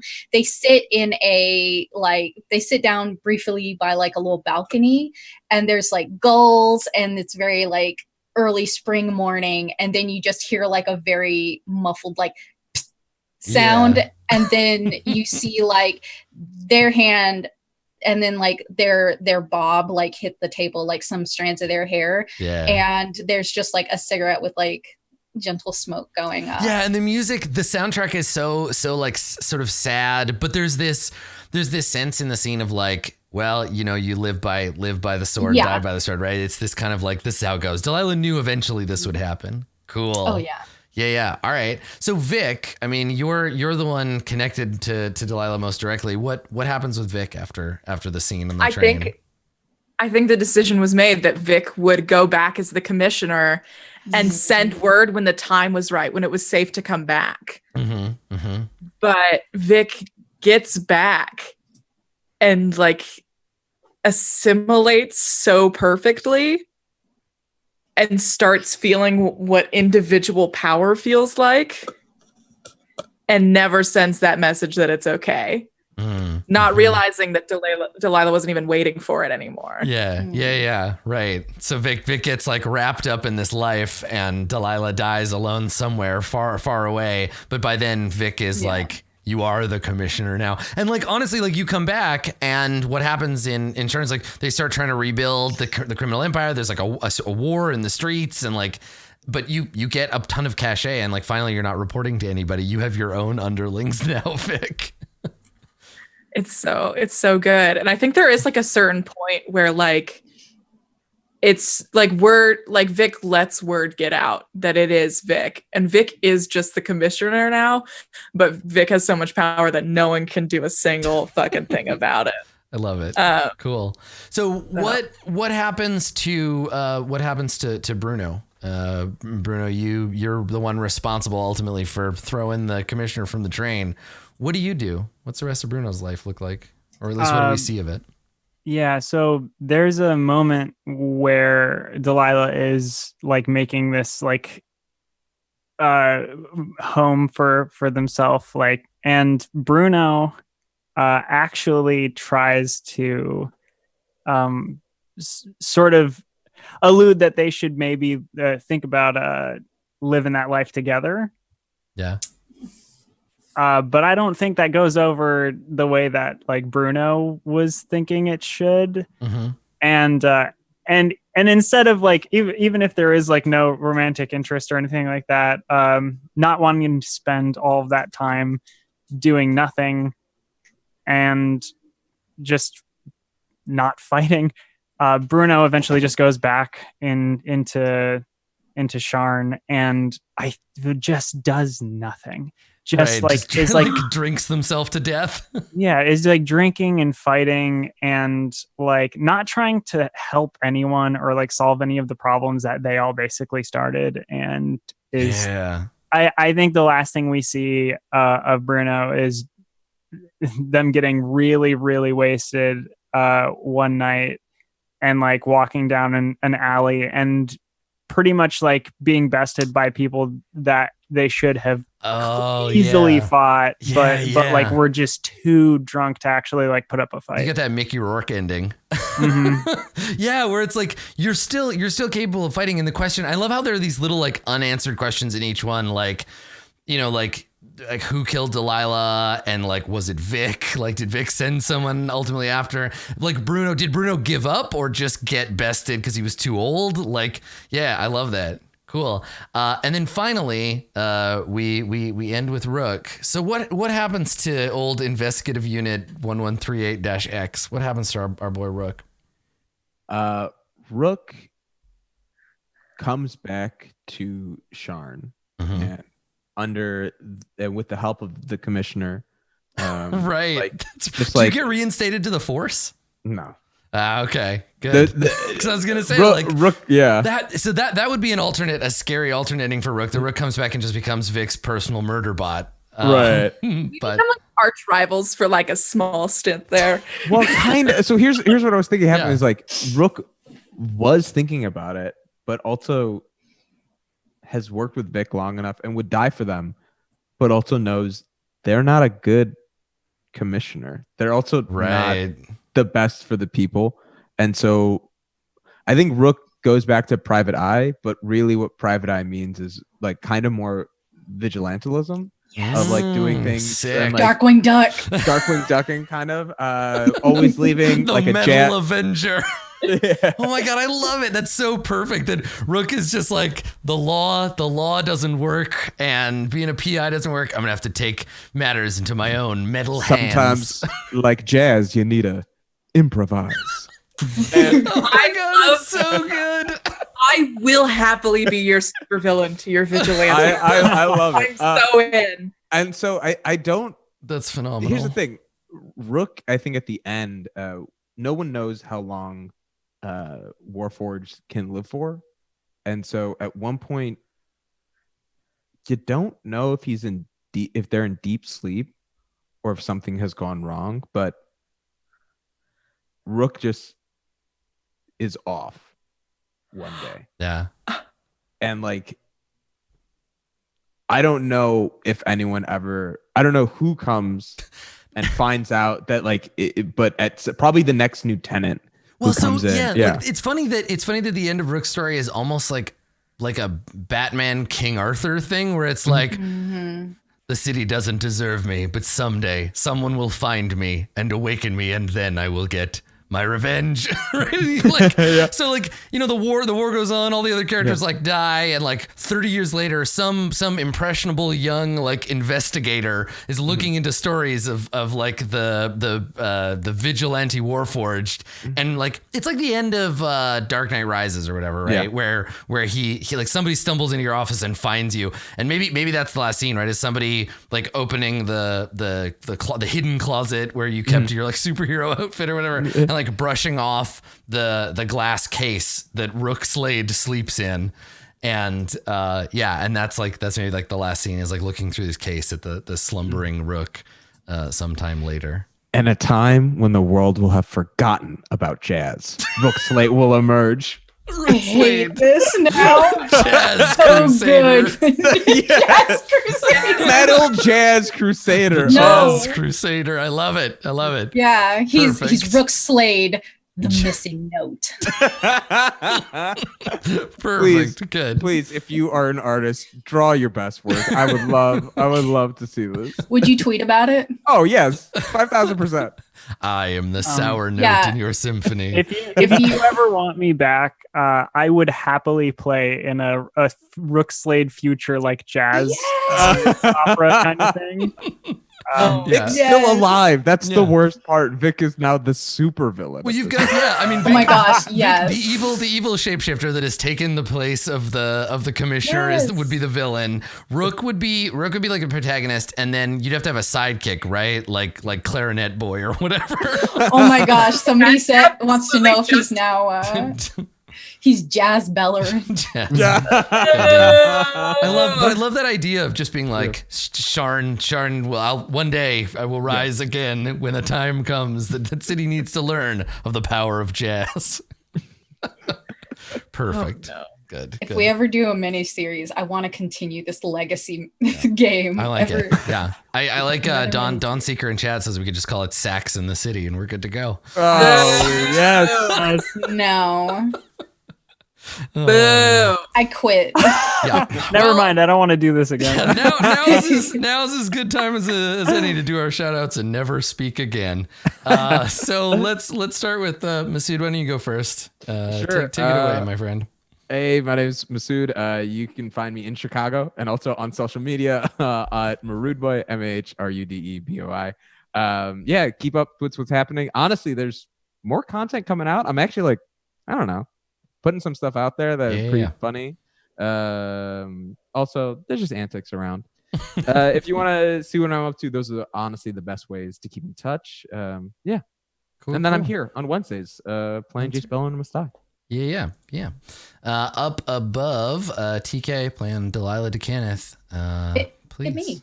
Yeah, me. It's TK writing spooky stories on the internet, putting them on my website, except not really, tkjwrites.com. Or you can follow me on Twitter, TK Joins the Fray. I am always in this chat because I live and work here. Started writing a new novel, so that's fun. You might, if you follow me on Twitter, it's an old novel, actually. I'm a liar.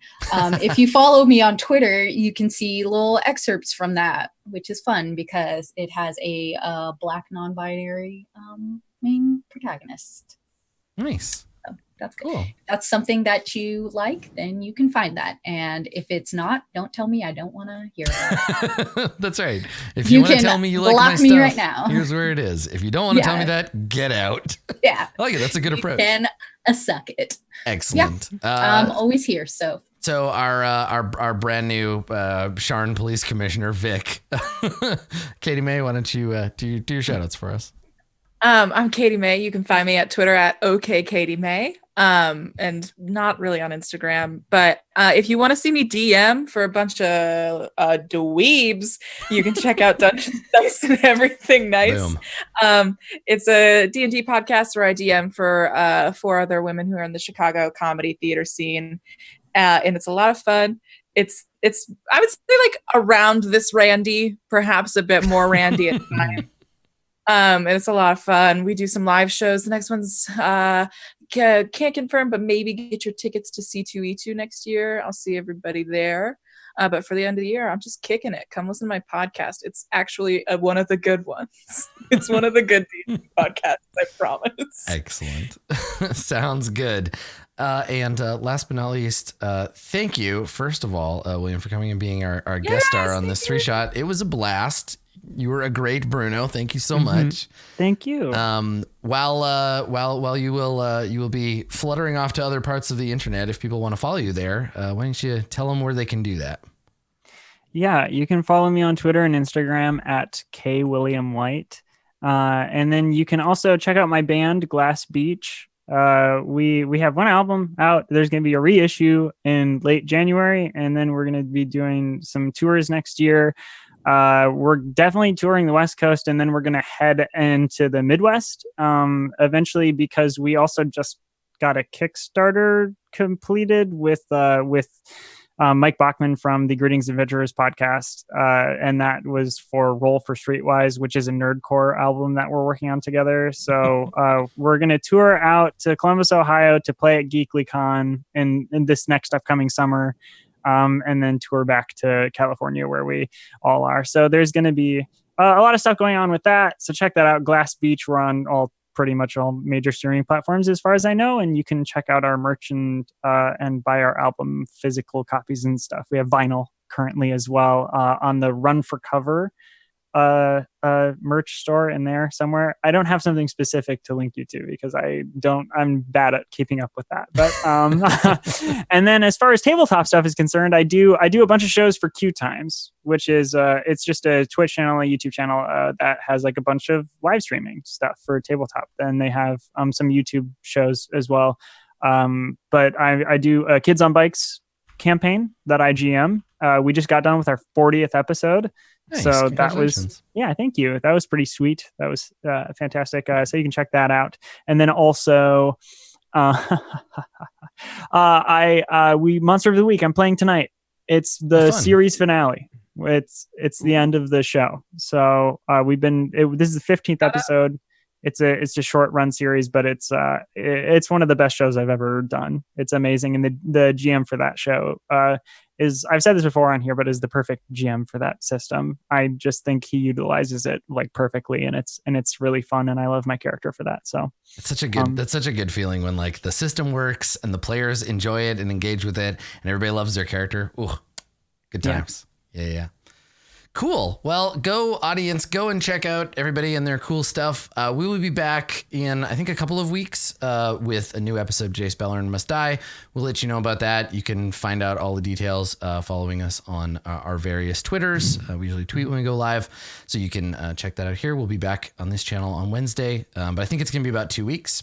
Thank you for coming and for checking out Eberron, and to Wizards for having us and for letting us show it off a little bit early. If you're interested in any of the maps or the tokens or any of the stuff that we used for this show, you can find it at marketplace.roll20.net. We've actually got some new D&D bundles. So if you're just getting into the virtual tabletop and you want to be able to get a bunch of stuff and get set up, you can get it at a discount now. So marketplace.roll20.net will help you out. You can find me GMing all kinds of stuff, including for some of these folks. All of my stuff's on Twitter at Skinny Ghost or twitch.tv/Adam Coble. I will be back again with these fine nerds to continue attempting to take out the worst planeswalker that exists. So we'll let you know when that happens. Thank you again for coming, everybody. This has been Eberron, Gateway to Perdition. I have been very glad to have you. We'll see you next time.